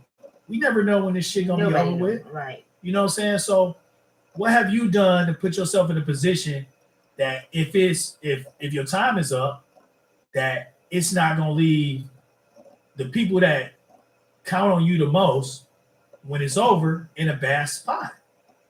You know, I tell my clients all the time, especially my mentees, I drill this in them. Start. Just start. You ain't gotta have this or that. You just gotta start. You just gotta have a vision. You gotta have a mindset to say, listen, this is what the fuck I need to do now. Yeah. And I might not be in a position to do it this way, but I'll start here. Yeah. And I'll move slow. Because any progress is progress. But it goes back to what we talked to initially, is you cannot rush time.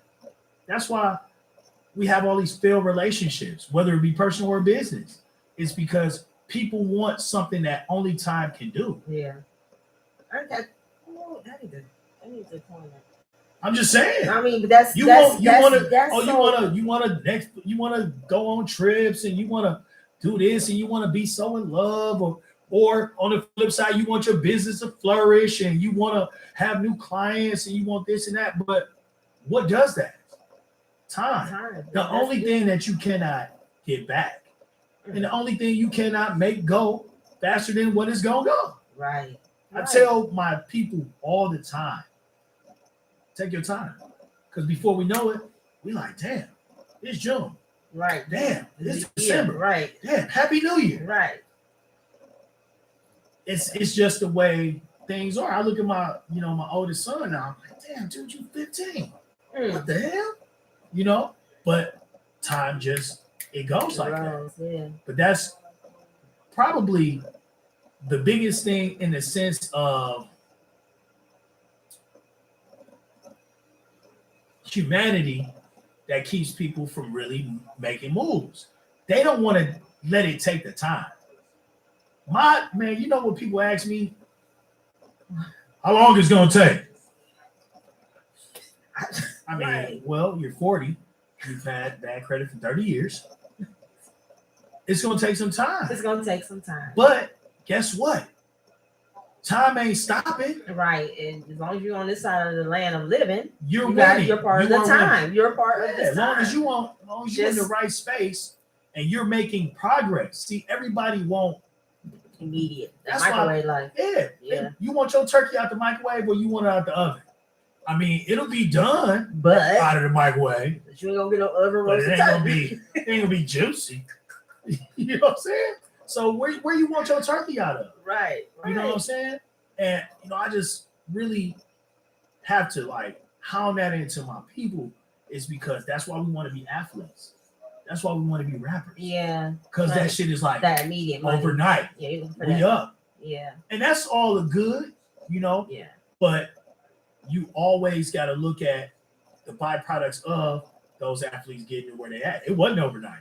There was a lot of training. There was a lot of this, a lot of that. But we just look at it as instant gratification, because one day you do, one day you up 10 million. Yeah. So we draw to things like that. And just in my personal opinion, we draw to things like that because what? We feel like we can cheat time. You can't cheat time.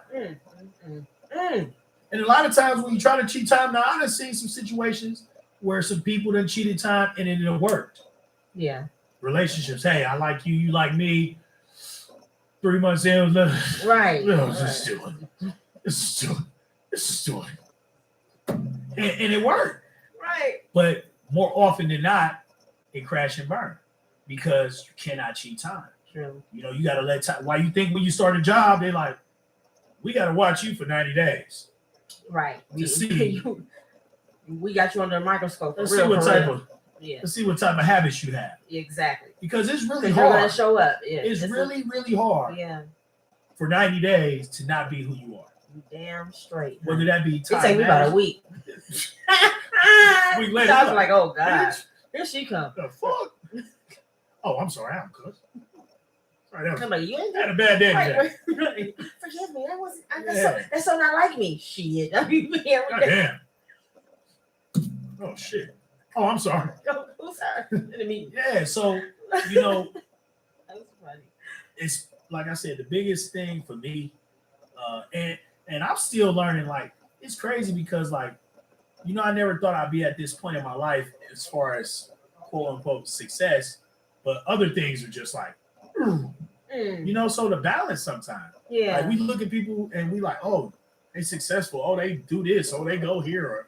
But you can't see the flip side. Yeah. And it's a balance to life. You know what I'm saying? Like, I know so many people that's just like up, but still not whole.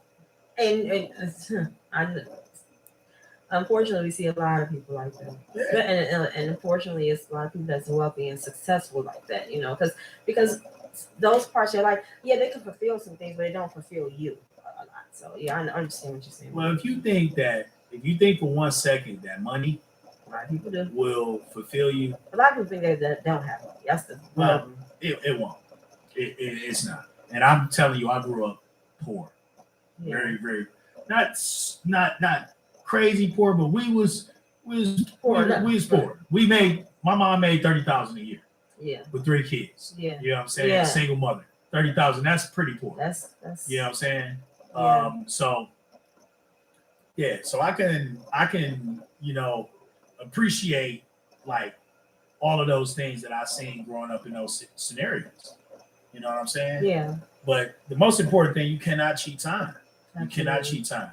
And I think when we learn that, then we put ourselves in a position to appreciate time. Right. And appreciate what it does for us. Definitely helped me appreciate it. So to say that, like, I mean, I know that, but to really, like I said, my thing is actually tying myself to things that I know. You know what I'm saying? Like applying it. That's what I mean. So yeah, to hear it in that perspective it makes a difference. You know what I'm saying? Yeah, and you know, I was talking to a partner of mine the other day, and we often talk about like revamping the way people think.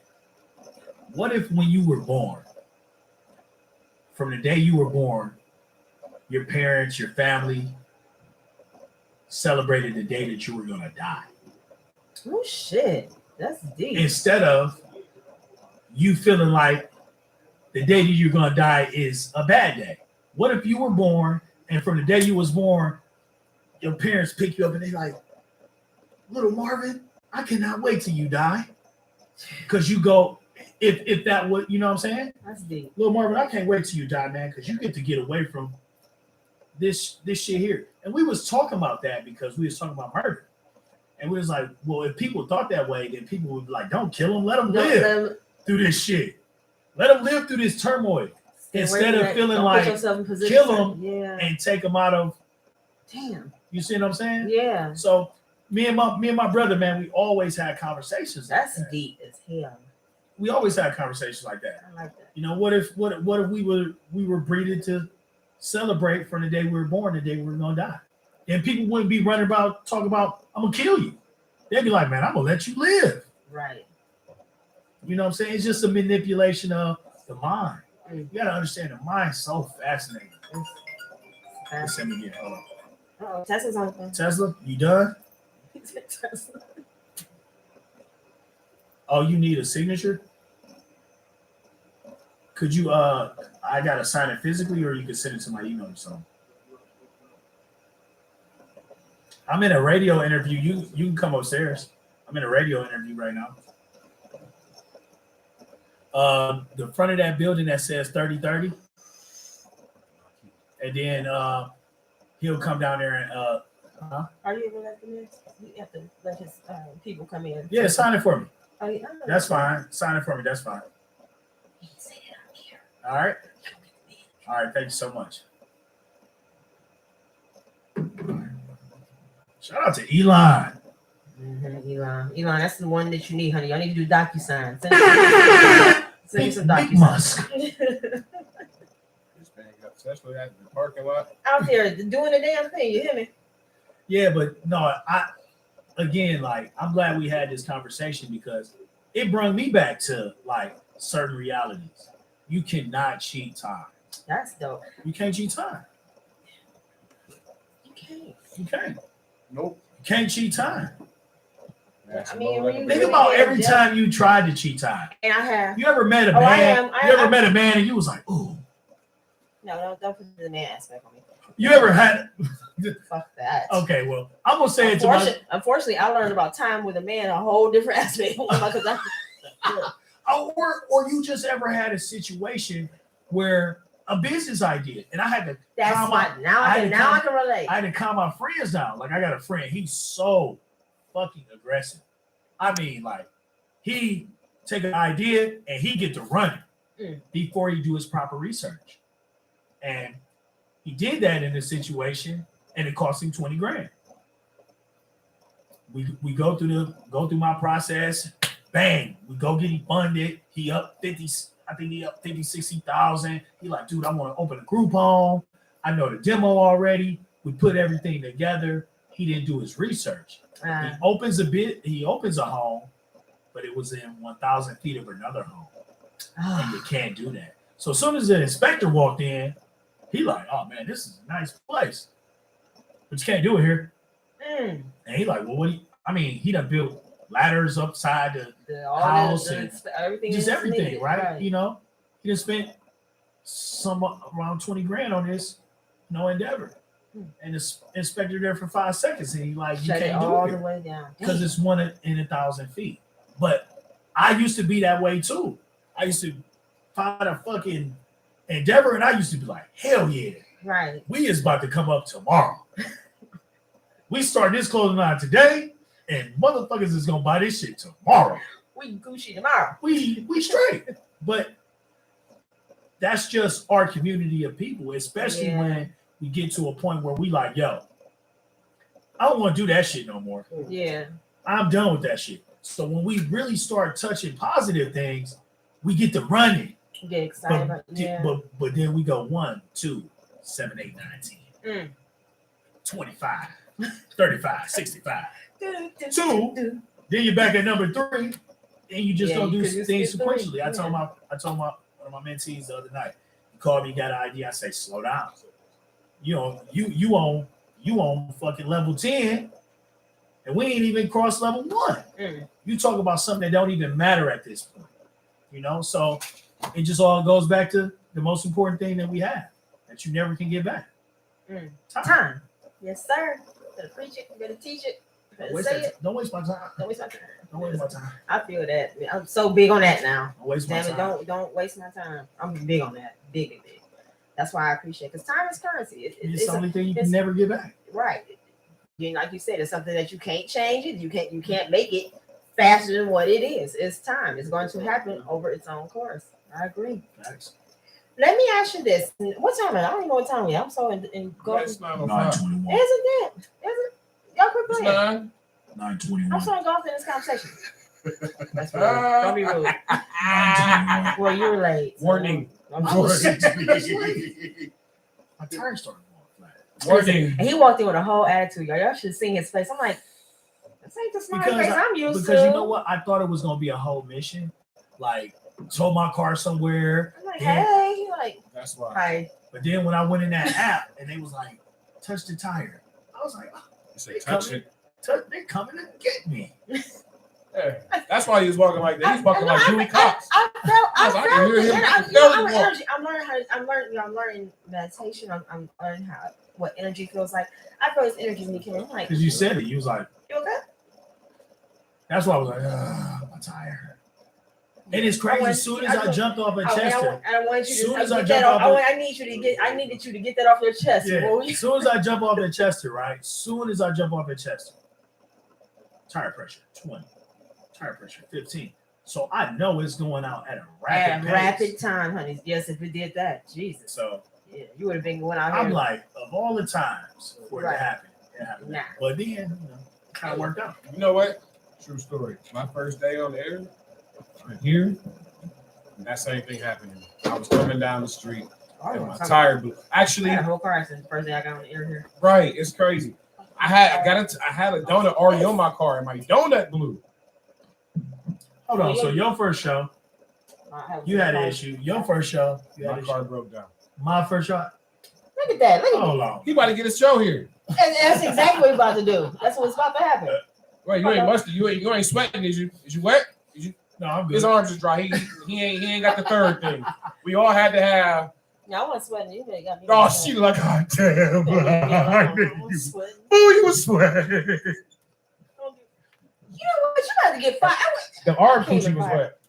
No, it wasn't. You know, motherfucker. The arm what? The arm coochie was wet. The arm coochie. Look, he confused. Look. No, I'm just messing with you.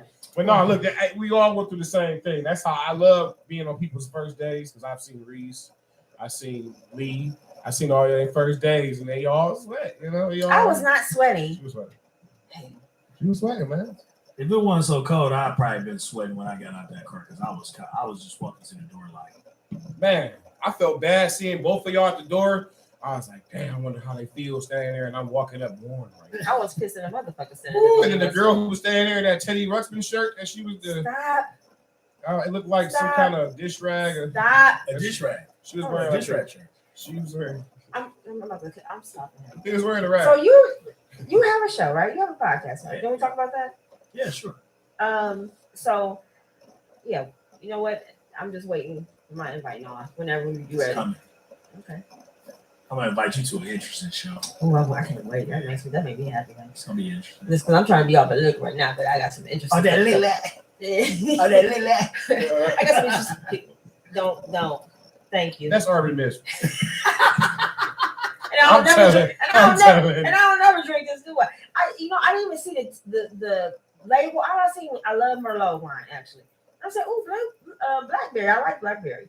And then when I got to the car, I'm like, "This is Arbor Mist." Yeah, you drink a bottle of that. I didn't think I drank. I ain't had Arbor Mist since like my 20s. I don't think. Right. I was expecting. Let me shut up. I thought she was gonna go somewhere and lay down after that. Like that's the drink where they get the bottle and go. We call that the Baba and the Blanky. You call it that. All these circle motherfuckers know what I'm talking about. Yeah, I'm not one of them. I know you're not. But it triggered something. I was like, didn't know. I could tell. Stacey. I wasn't.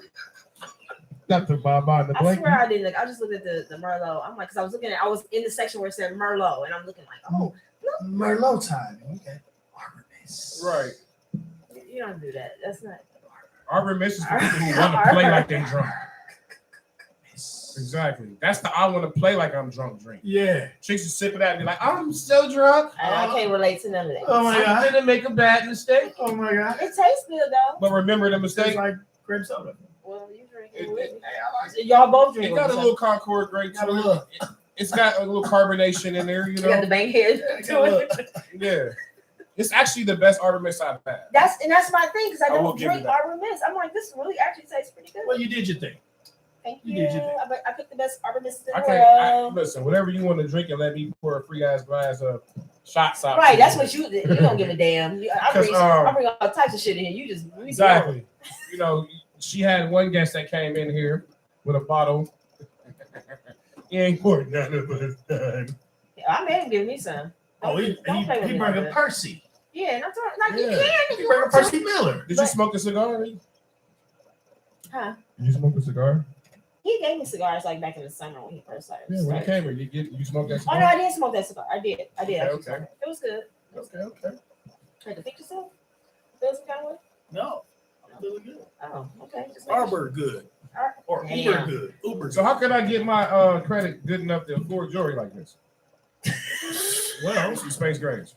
Well, I'll be honest with you. I did buy them credit. I do. Sometimes I pay for groceries without food stamps, so that should boost my credit, What is right? wrong with you in real life? Not for real. Something Not wrong for real. with me. Not for real. Not for real. sicko. That's what's wrong with him. Okay. You looking for your little button. That's what you're looking for. I'm looking for something. I'm reaching. Because, we done, my credit has been shot, but I was born, not born. Maybe I was born with messed up credit. I know my mom was messing my shit up beforehand. Before I gas bill up 10. Yeah, I did. Then we talk. I really, honestly, I really did have. We all did. You know what I'm saying? Not all of us. Most of us males. Yeah, but you got to think of when you think of how it started. It's just generations and generations of financial irresponsibility. Yeah, facts. Like our parents didn't know, their parents didn't know. Now there is certain I got some black friends that had good fucking upbringings. They parents. I fucked up my own finances. Where they parents had good parents, their parents had good parents. You know what I'm saying? So it's not exclusively all of us fucked up. Yeah. You know what I'm saying? Right, but when we look at vast majority of our culture, you gotta think. That's why we always say we gotta break this generational curse when it comes to finances with our families, because it can be done. And I'm gonna say something. I personally took on that. My mother, she really, really tried. She still say to this day, y'all was just hard. I told y'all. She taught us how to balance her check. She was doing her checks and she showed us. We sat down because we're growing up. Schools didn't teach us finances. My mom taught us finances. Right. So, yes, it doesn't happen for everybody, but I am a person of. I did the opposite of what I was told. If that makes sense. I think we all did, to a certain extent. Jesus. But you still corrected it. You learned. I'm learning the stuff she taught you. Yeah. No, it's so it comes back, and then when especially when you so-call yourself getting out on your own, paying your own bills, then it slaps you right back in reality. Boo! Oh no, babe, you're not about to go and just get toilet paper and do anything. I mean, it's those little decisions, those choices that you make. The light bill coming. Oh, you definitely got to pay if you want to keep your lights on, things like that. You have to. You those things come back okay. Well, Mama said, oh, previously I wanted to buy this $150 pair of Jordans. But as soon as I start making my own money, I didn't want to buy them. You know what I'm saying? Because it's your money. Because it's my money. My mother, she taught us you're gonna learn how to value your own money differently when you have to spend it. When you have to spend it. You know what I'm saying? So value definitely changes. We should. Man. People say they want to be an entrepreneur. I say, do you want these entrepreneur bills? Right. Do you want these responsibilities? Do you want these overheads that are or do you, because the responsibility is great, especially when you start to employ people. That's a different level. Because so now they you fail, I fail, and you know what I'm saying. You don't want to. I mean, I remember working. The jobs that I had, and not thinking in that mindset. I was like, damn, because you never think about it. Oh, what if the hire go out of business? You just automatically that'll never happen to them. Right. That's not. You know what I'm saying? Right.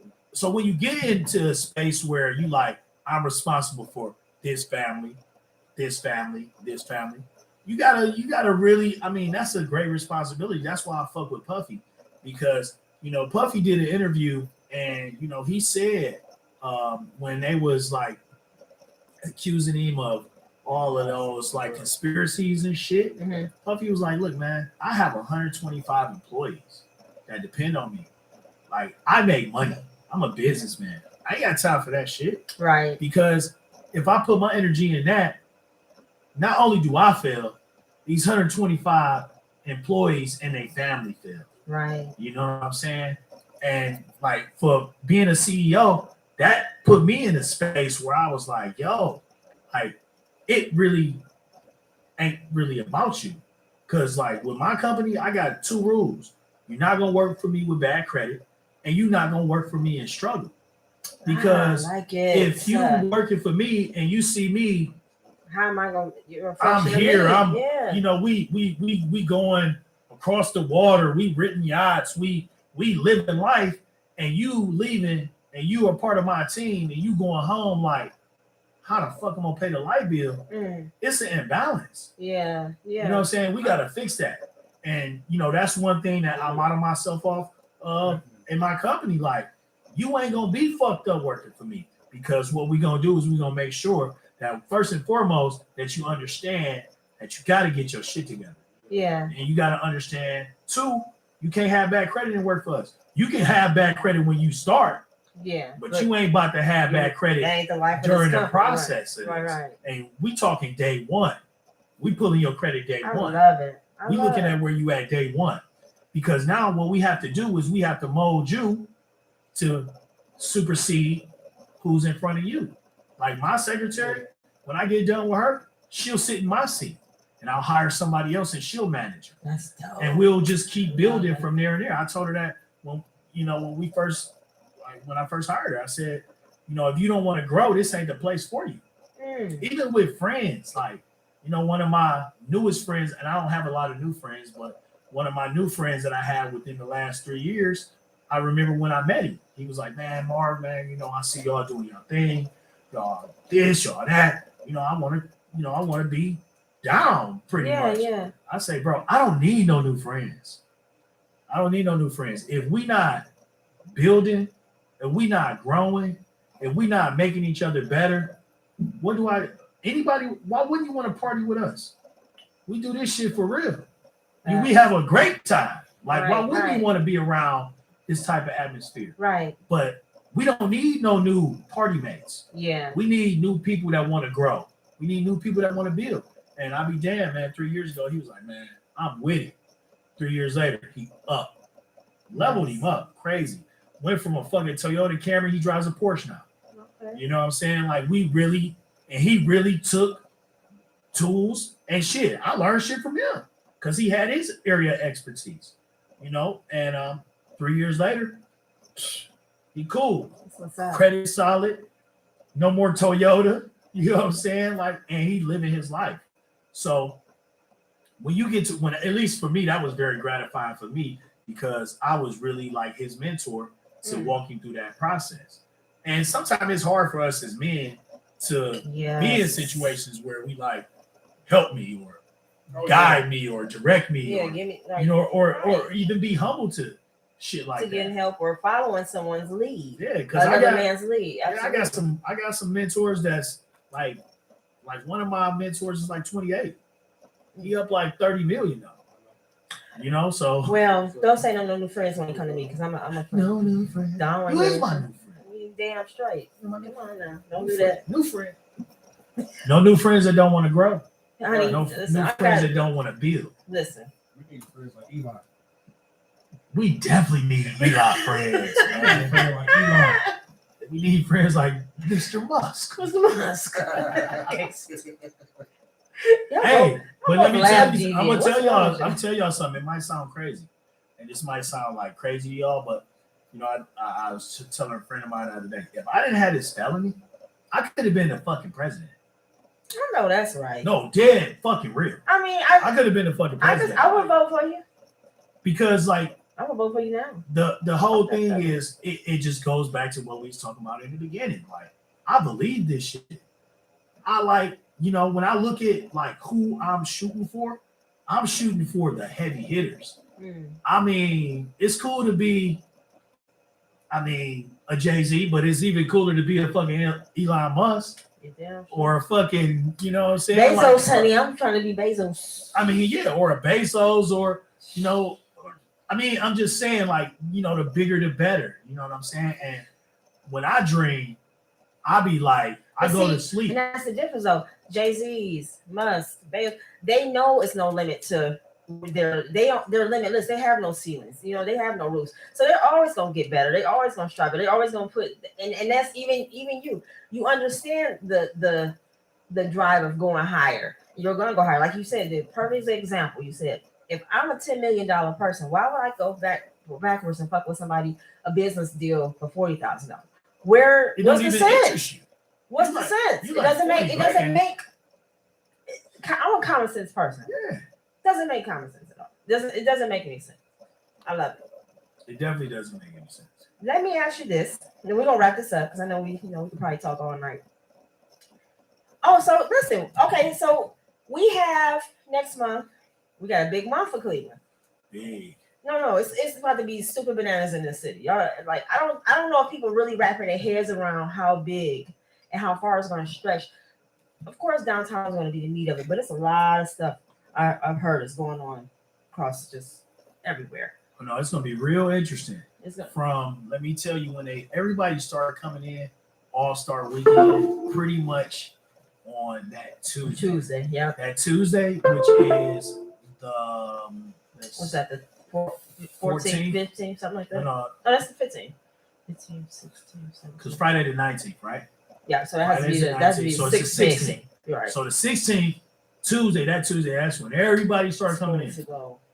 Oh yeah, I took everything out of one of my houses. I had. So that was my question. That's what I'm working up on. What have you done? Because honey, I know it's on the income stream. I know that we gonna make a 30 ball at least that week. We gonna make a 30 ball at least that week for sure. So what I did was this. I took everything out. I got a house out in Solon. I took everything out of it. That's personal. Well, I'm going to take everything out of it. That's personal. Right. And I got them to set these pods up in the backyard. And they put all the personal stuff in the pods. We're just going to Airbnb the house out. See, and that's another thing you guys might not know. That's why I need to kind of, I should dissect that. At the seminar, we learned about Airbnb, making even your own personal space, if you can, available to it. I mean, it just makes, for this particular type of event, it just makes sense. Absolutely, it does. The money you can make. We rent a house out in Solon for $2,000 a night. I got another house in Mayfield Village that I'm gonna rent out for like $1,400 a night. And what people don't realize, people like, oh, I'm not close to downtown.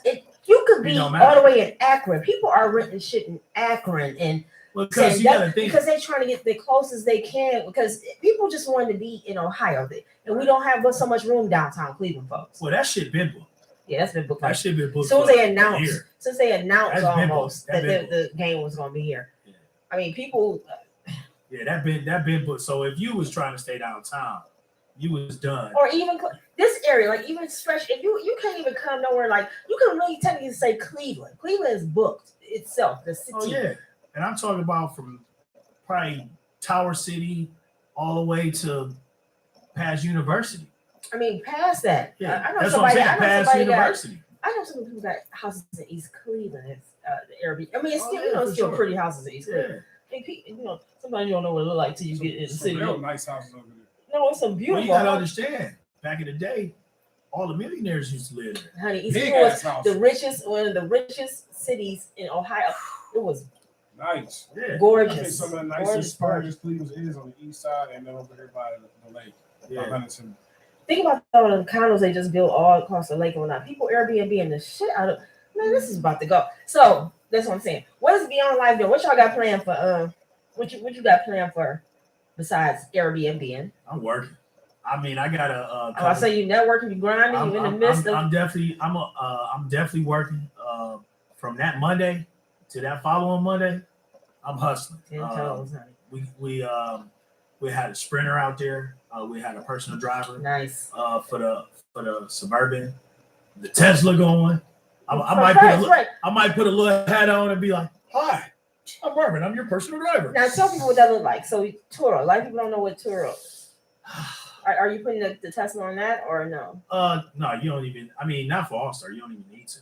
Oh, you can just roll up and. Well, that's the app where you can rent cars, right? Yeah, right. But you don't put your own personal. I think about putting my little. I got so many contacts that has just hit me up to lock in they transportation that it's already kind of what I'm saying. Already. Yeah, it's kind of. I mean, Turo's a good spot. You know what I mean? I rent cars on Turo. I had a Yukon on there. I had a BMW on there.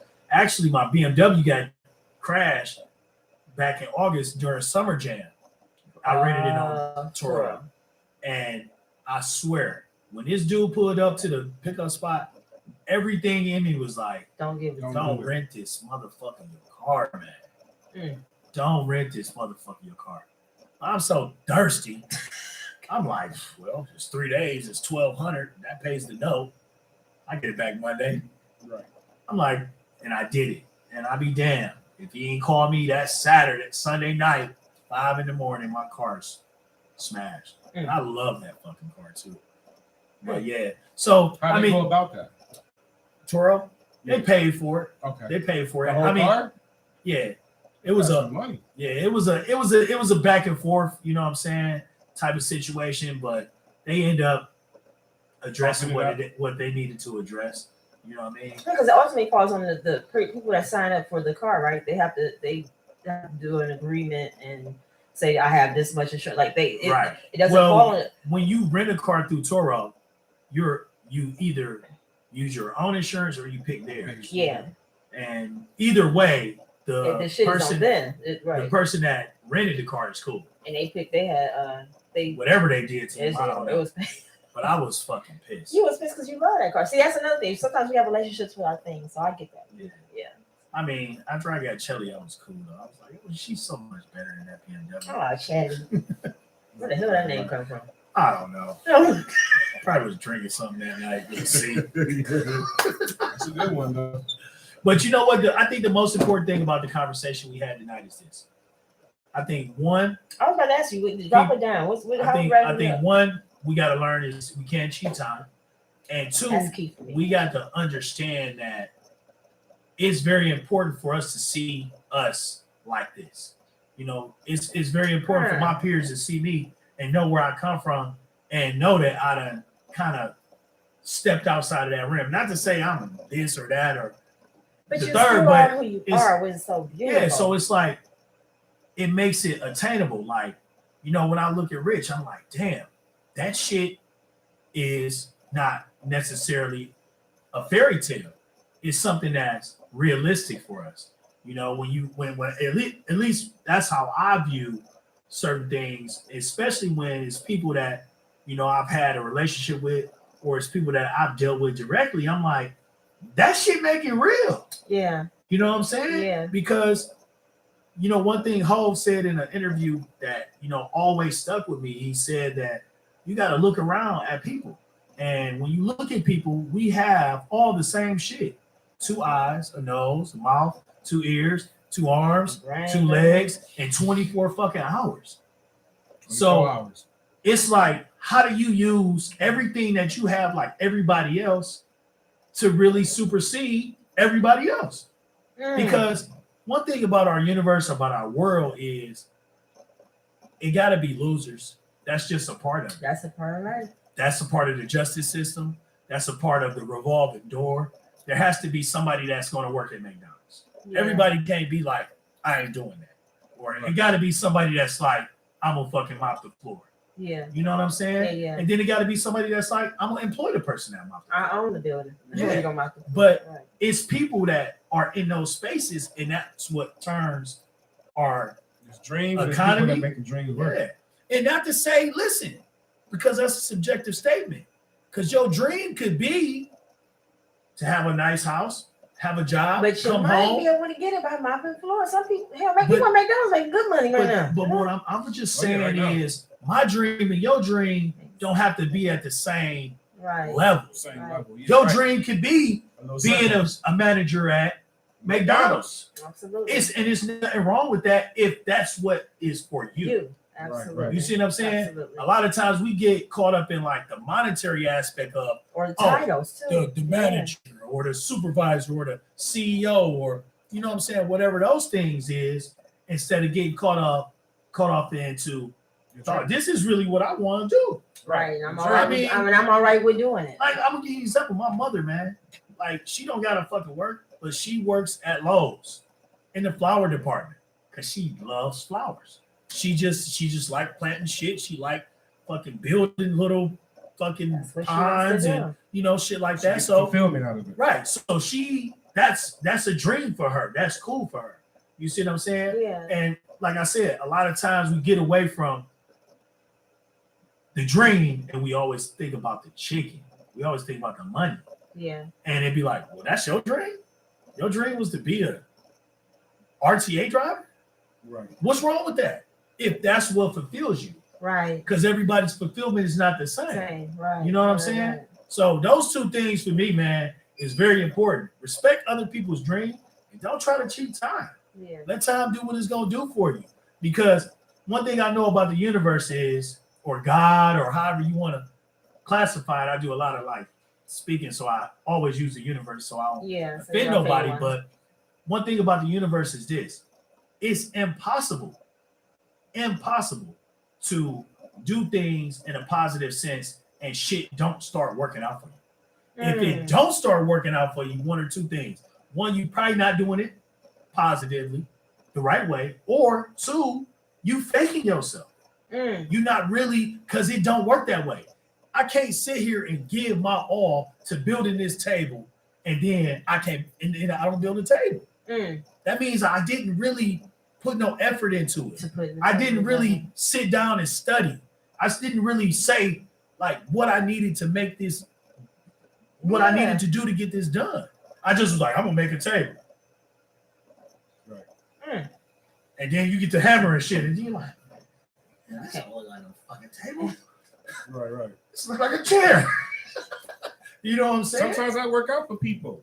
It do. Sometimes they like the one dude with the comic book stuff that you. That was a dope show. Like he just felt he wasn't thinking about that at all. Right. That wasn't even his dream. His passion. His wife put that in him. Passion turned into his dream. Yeah, it turned into a successful thing. You know what I'm saying? But he still wouldn't be able to do it if it really wasn't something that was a part of him. I mean, like he was eager to have something. Period. Right. He was like, I'm gonna be good at something.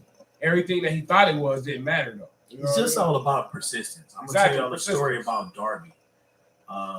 Darby, I can't remember his first name, but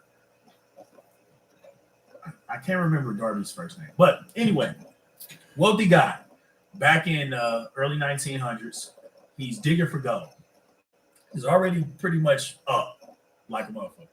So he's up. They digging, him and his partner, they digging for gold.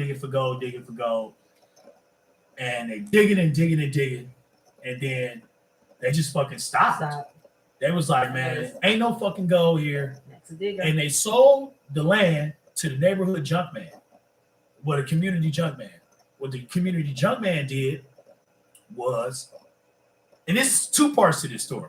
What the community junk man did was, long story short, he hired an expert to survey the land, and they stopped digging 3 feet from the vein of the gold. 3 feet from the vein of the gold. So the junk man got all the gold. It made him fortunate, right? But what Darby did was he didn't let that take him out the game. You know, majority of us would have been like, man, damn, fuck. God damn it. Right. That was my chance. What he did was he took that as a lesson and he put that fuel into another endeavor, and he started one of the biggest insurance companies in the world.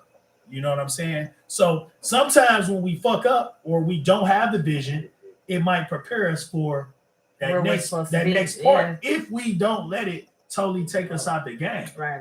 You know what I'm saying? But I tell that story because you got to think. 3 feet is from here to there. I know. Just imagine sitting here and it's 50 million over there, and you just stop like, here, man, you want to buy this? And then he dig up $50 million. You know what I'm saying? So it's just really, you know, one of those things where it just make me feel good to understand that if you have, like, you know, the positive energy, and that's a cliche statement too. I know, but still, it's but real, if you have like that drive where you say, look, man, this shit gonna work. And if it don't work, it's gonna teach me how to make the next plan work. Yeah. And if that don't work, it's gonna teach me here. Yeah. Or it's gonna put me here. Or it's gonna put me here. But it's all about the people that don't stop, that keep continuously revolving. Because a lot of people be like, fuck it. I'm going back to findajob.com. You know what I'm saying? Right. Yeah. Careerbuilder.com. Careerbuilder.com. LinkedIn. Like, right. You know, and again, it's nothing necessarily wrong with the people that are in those spaces, because that's what takes for our economy to move. Yeah. And it has to be people in those mindsets. But big picture wise, I just encourage people, look, don't fucking quit. Like, just keep going. And you don't got to start with a bunch of shit. All you got to do is have a mentality to say to yourself, you know what? We're going to get this shit done one way or another. And what I've learned is if you keep going, something end up breaking for you. And it might not be what you thought it was. You know what I'm saying? I never thought I'd be in fucking finance. Never. I'm gonna say this. You have put a new plant in me, a new seed in me, because that's that. Is that a soundbite? Homemade. These two jokers in this damn studio tonight. You with the Mars. Damn it. I can't finish my thought. Whatever. I gotta ask my signature question. We're gonna wrap it up. You dropped your that was your That was dime? it, man. Oh man, what seed did he put in you though? Don't cheat Don't time. worry about it. What you damn Seed worry of about. life. Don't like y'all. Don't You like get the y'all. Tesla? The seed of life. You getting the Tesla? Beyond life. Both of you might. I'm ready to go beyond life. That's a joke. Yeah, you know what? Y'all got the same joking personality for some stinking ass It's the reason. Mars. It's the you right. Eminem. Exactly. Mhm. Eminem. Whatever. This is SNL. This is the what I can't even SNL. S. That's Saturday That's Night my Live. last. Don't do that. That's my Okay, initials. okay, Whatever. grabbing the girls, all right. Shut up. Hey, girl. Hey. Okay. Anyway, I always have to ask my guests this. What does a BBW mean to you? You're on the Welcome to the BBW Show. And I ask this not to be in vain because I know this acronym means a lot. Some people can take it and break it down to different, the actual word means. Some people take it and break it down as far as visuals. Some take it as experiences. So what does a BBW mean to you? I don't really got no type, so you know. I ain't asked for type. That's But not that. BBW is a type, right? What does it mean to you? Some people don't think that. I mean, I think I know what the acronym means. Big beautiful woman, right? It's no right or wrong answer. That's Okay, what- yeah, that's- big beautiful woman. Big beautiful. Big beautiful. Big beautiful. I'm gonna say politically correct. Big beautiful woman. Okay, we'll take that. So welcome to the BBW Show. Thank you from the bottom of my heart again. Like I said, I'm always appreciative. I'm always of people's time. I always talk about that. People's time. I do not take it for granted. I actually am very appreciative. If anyone come here and sit and chop it up with me and kick it with me, but you don't have to do that. But I appreciate it if you do. Well, I enjoyed it. It was insightful. It's always good to sit and throw gems, and hopefully, like if we had one person that tuned in, Took something from it. it's all good. You know what I mean? Well, I'll say that one person. I got something from it. Good. I did too, though. Okay. Got See something how too. that works? See how it works? Look at that. Look at God. It was a two-way street. Don't drop juice. It was a two-way For street. facts. Definitely. Yeah. For facts. So tell people about Beyond Life, how they can get in contact with you if they need to reach out to you, tags, information, phone numbers, whatever you want to drop and leave for people. And I will make sure I document on this so I can tag it up. Awesome. All right. Well, I'm pretty much a hands-on type of CEO, so I love it. I'm pretty much Love like it. hands-on with all my clients. But our website is www.beyondliferepair.com. So that's BeyondLiferepair.com. So beyondliferepair.com. Our office number is 216-309-5806. The big dog number is 216-785-8419. And our Instagram is at Beyond Life Repair. And that's pretty much our contact information. Our offices in Ohio are located at 27801 Euclid Avenue, Suite 660. We also got office down in Georgia. Nice. Atlanta? Yeah. Outskirts.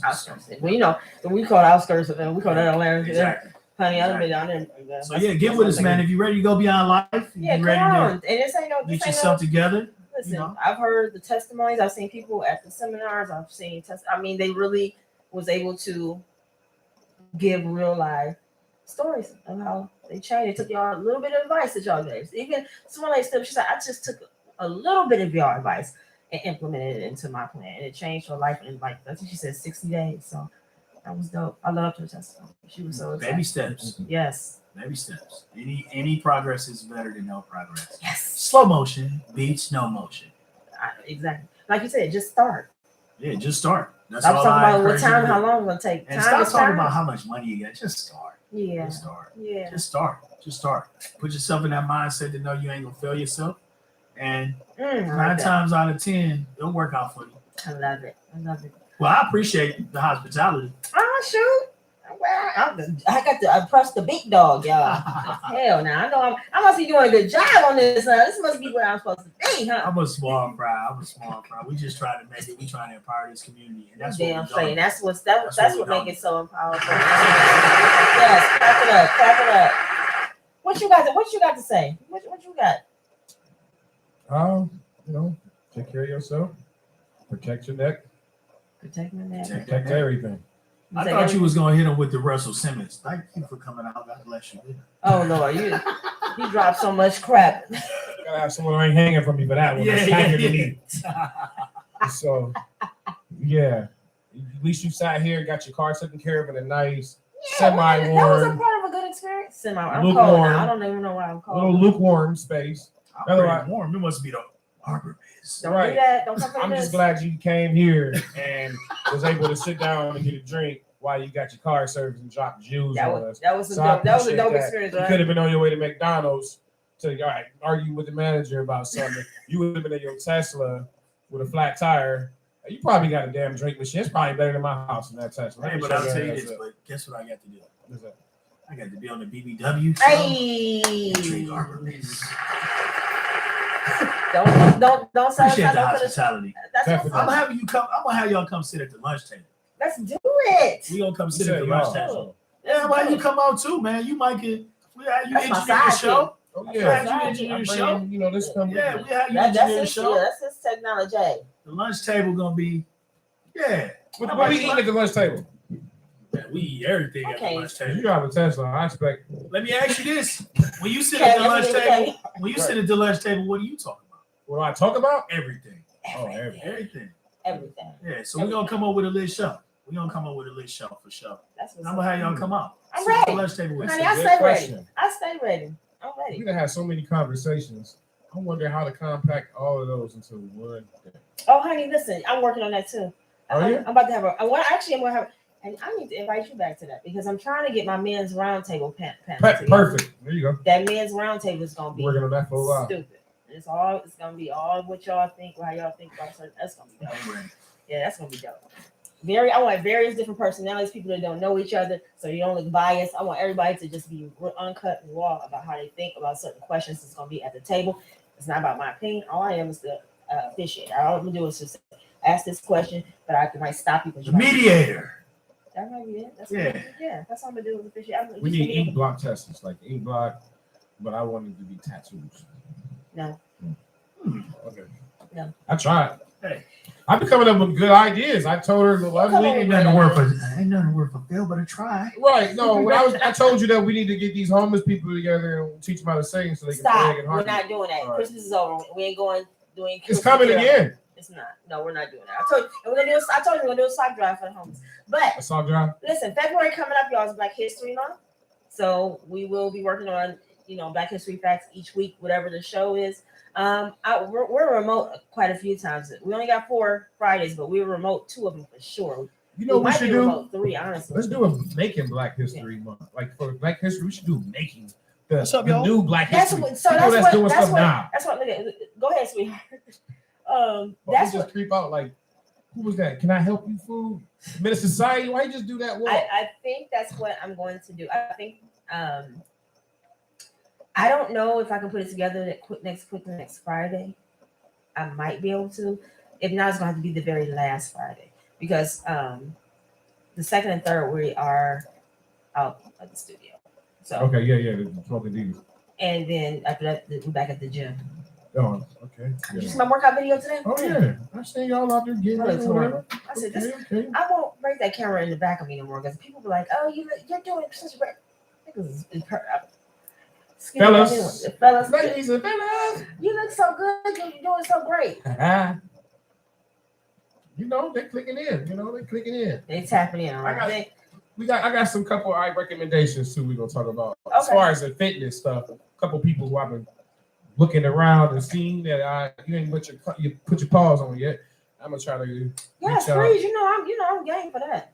Right. Yeah. I pointed out one of them to you at the talent show, at the fashion show that we went to. And I was like, who is this dude that keep blowing through here like he an ox and jumped in this Bentley? Oh, I know them. That's we need to get him. I know. I'm not gonna say his name yet. Philly. I know. Yeah. I grew up with the twins. I mean, that's one of the twins. I'm sorry. Right, yeah, they're my peoples. They actually just opened their gym is beautiful. They've been doing that fitness life. Yeah, I've been watching. They got a couple. They got a big following. They do following. great. They got great client. They really are passionate about their clients. They do their damn thing. I'm coming. I'm interested in the gym. They are great. No, their gym. They do it. They do their damn thing. I love them. I got to feel there's some gym drama I want to take into. Philip and Felipe. Hey, shout out to the Wheaton brothers. I love y'all. They like my brothers, honey. We grew up from the mud. But we're gonna say goodnight, y'all, because we gotta get out of here. Thank you again. He back in the. I was saying goodnight just in time, honey. I know because sometimes we sit here and it's like you need a potty. I understand. Wear your diaper next time. Marv, thank you so much, baby. I appreciate you being on the show. No, I appreciate the hospitality. Yes, sir. It won't be the last time because we got things to do. I got work to do. Are you ready to go beyond life? Yes, I am. For real. Like, it's level up. Level up. I gotta go. You just can't wait to put your DJ skills all over the mic. There you go. I mean, I thought you was in wrapping it up. I am wrapping up. Good night, y'all. We'll stay here tomorrow. YouTube, Facebook over here, IG. Thank y'all for hanging in with me. We love y'all. Thank y'all. DM me if you got any questions. If you didn't catch all of his contact information, I will definitely get that information to you guys because it's valuable information. Get with us. Keep getting with us. I thank y'all for keep on loving on me. I'm gonna keep loving on y'all. Welcome to the BBW show. I promise y'all, my commitment is we're gonna do it bigger, better, badder each time. I might be a little bitchier next week. No, I'm not. It's Black History. I'm gonna be a good girl. No bitchier in February. I'm gonna be good. But we're gonna do it bigger, better, and badder each and every time. Welcome to the BBW show. We love y'all. I'm out.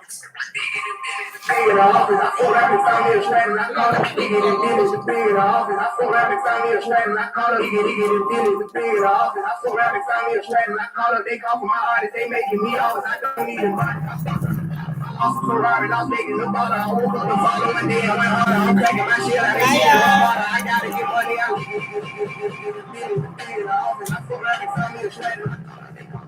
They making me offers. I don't need a bargain. I start from the bottom. I get it big, the big office. I feel like it's on me a shredder. I get it big, the big office. I feel like it's on me a shredder. I get it big, the big office. I feel like it's on me a shredder. I get it big, the big office. I feel like it's on me a shredder.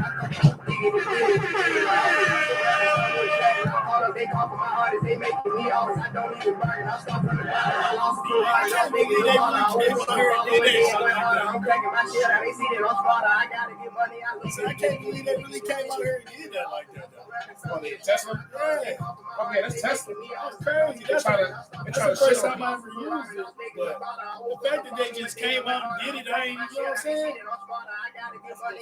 That's pretty dope. It's good.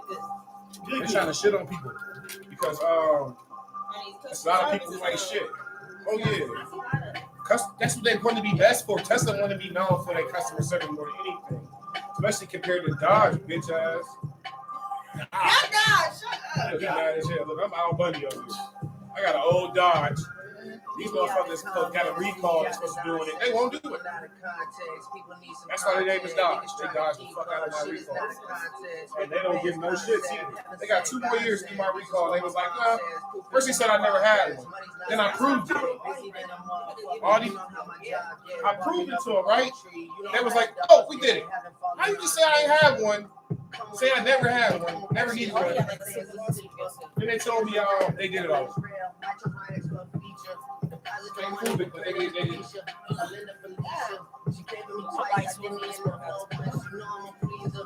I'm so out of shape, but I'm about to get it back. Yeah, I probably should go to Yeshiva. We went to Ibiza. Yeah, I probably should go live with Yeezy. I need some Jesus. As soon as I started confessing my sins, he get it big, the big off. Actually,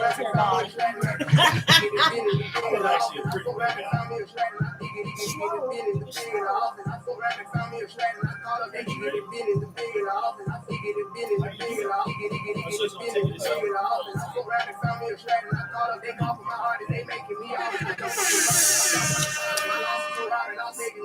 woke up the following day and went harder. I'm cracking my shit out. They see that I'm smarter. I gotta get money. I love to get charter. I gave a 4 burgers at one sports.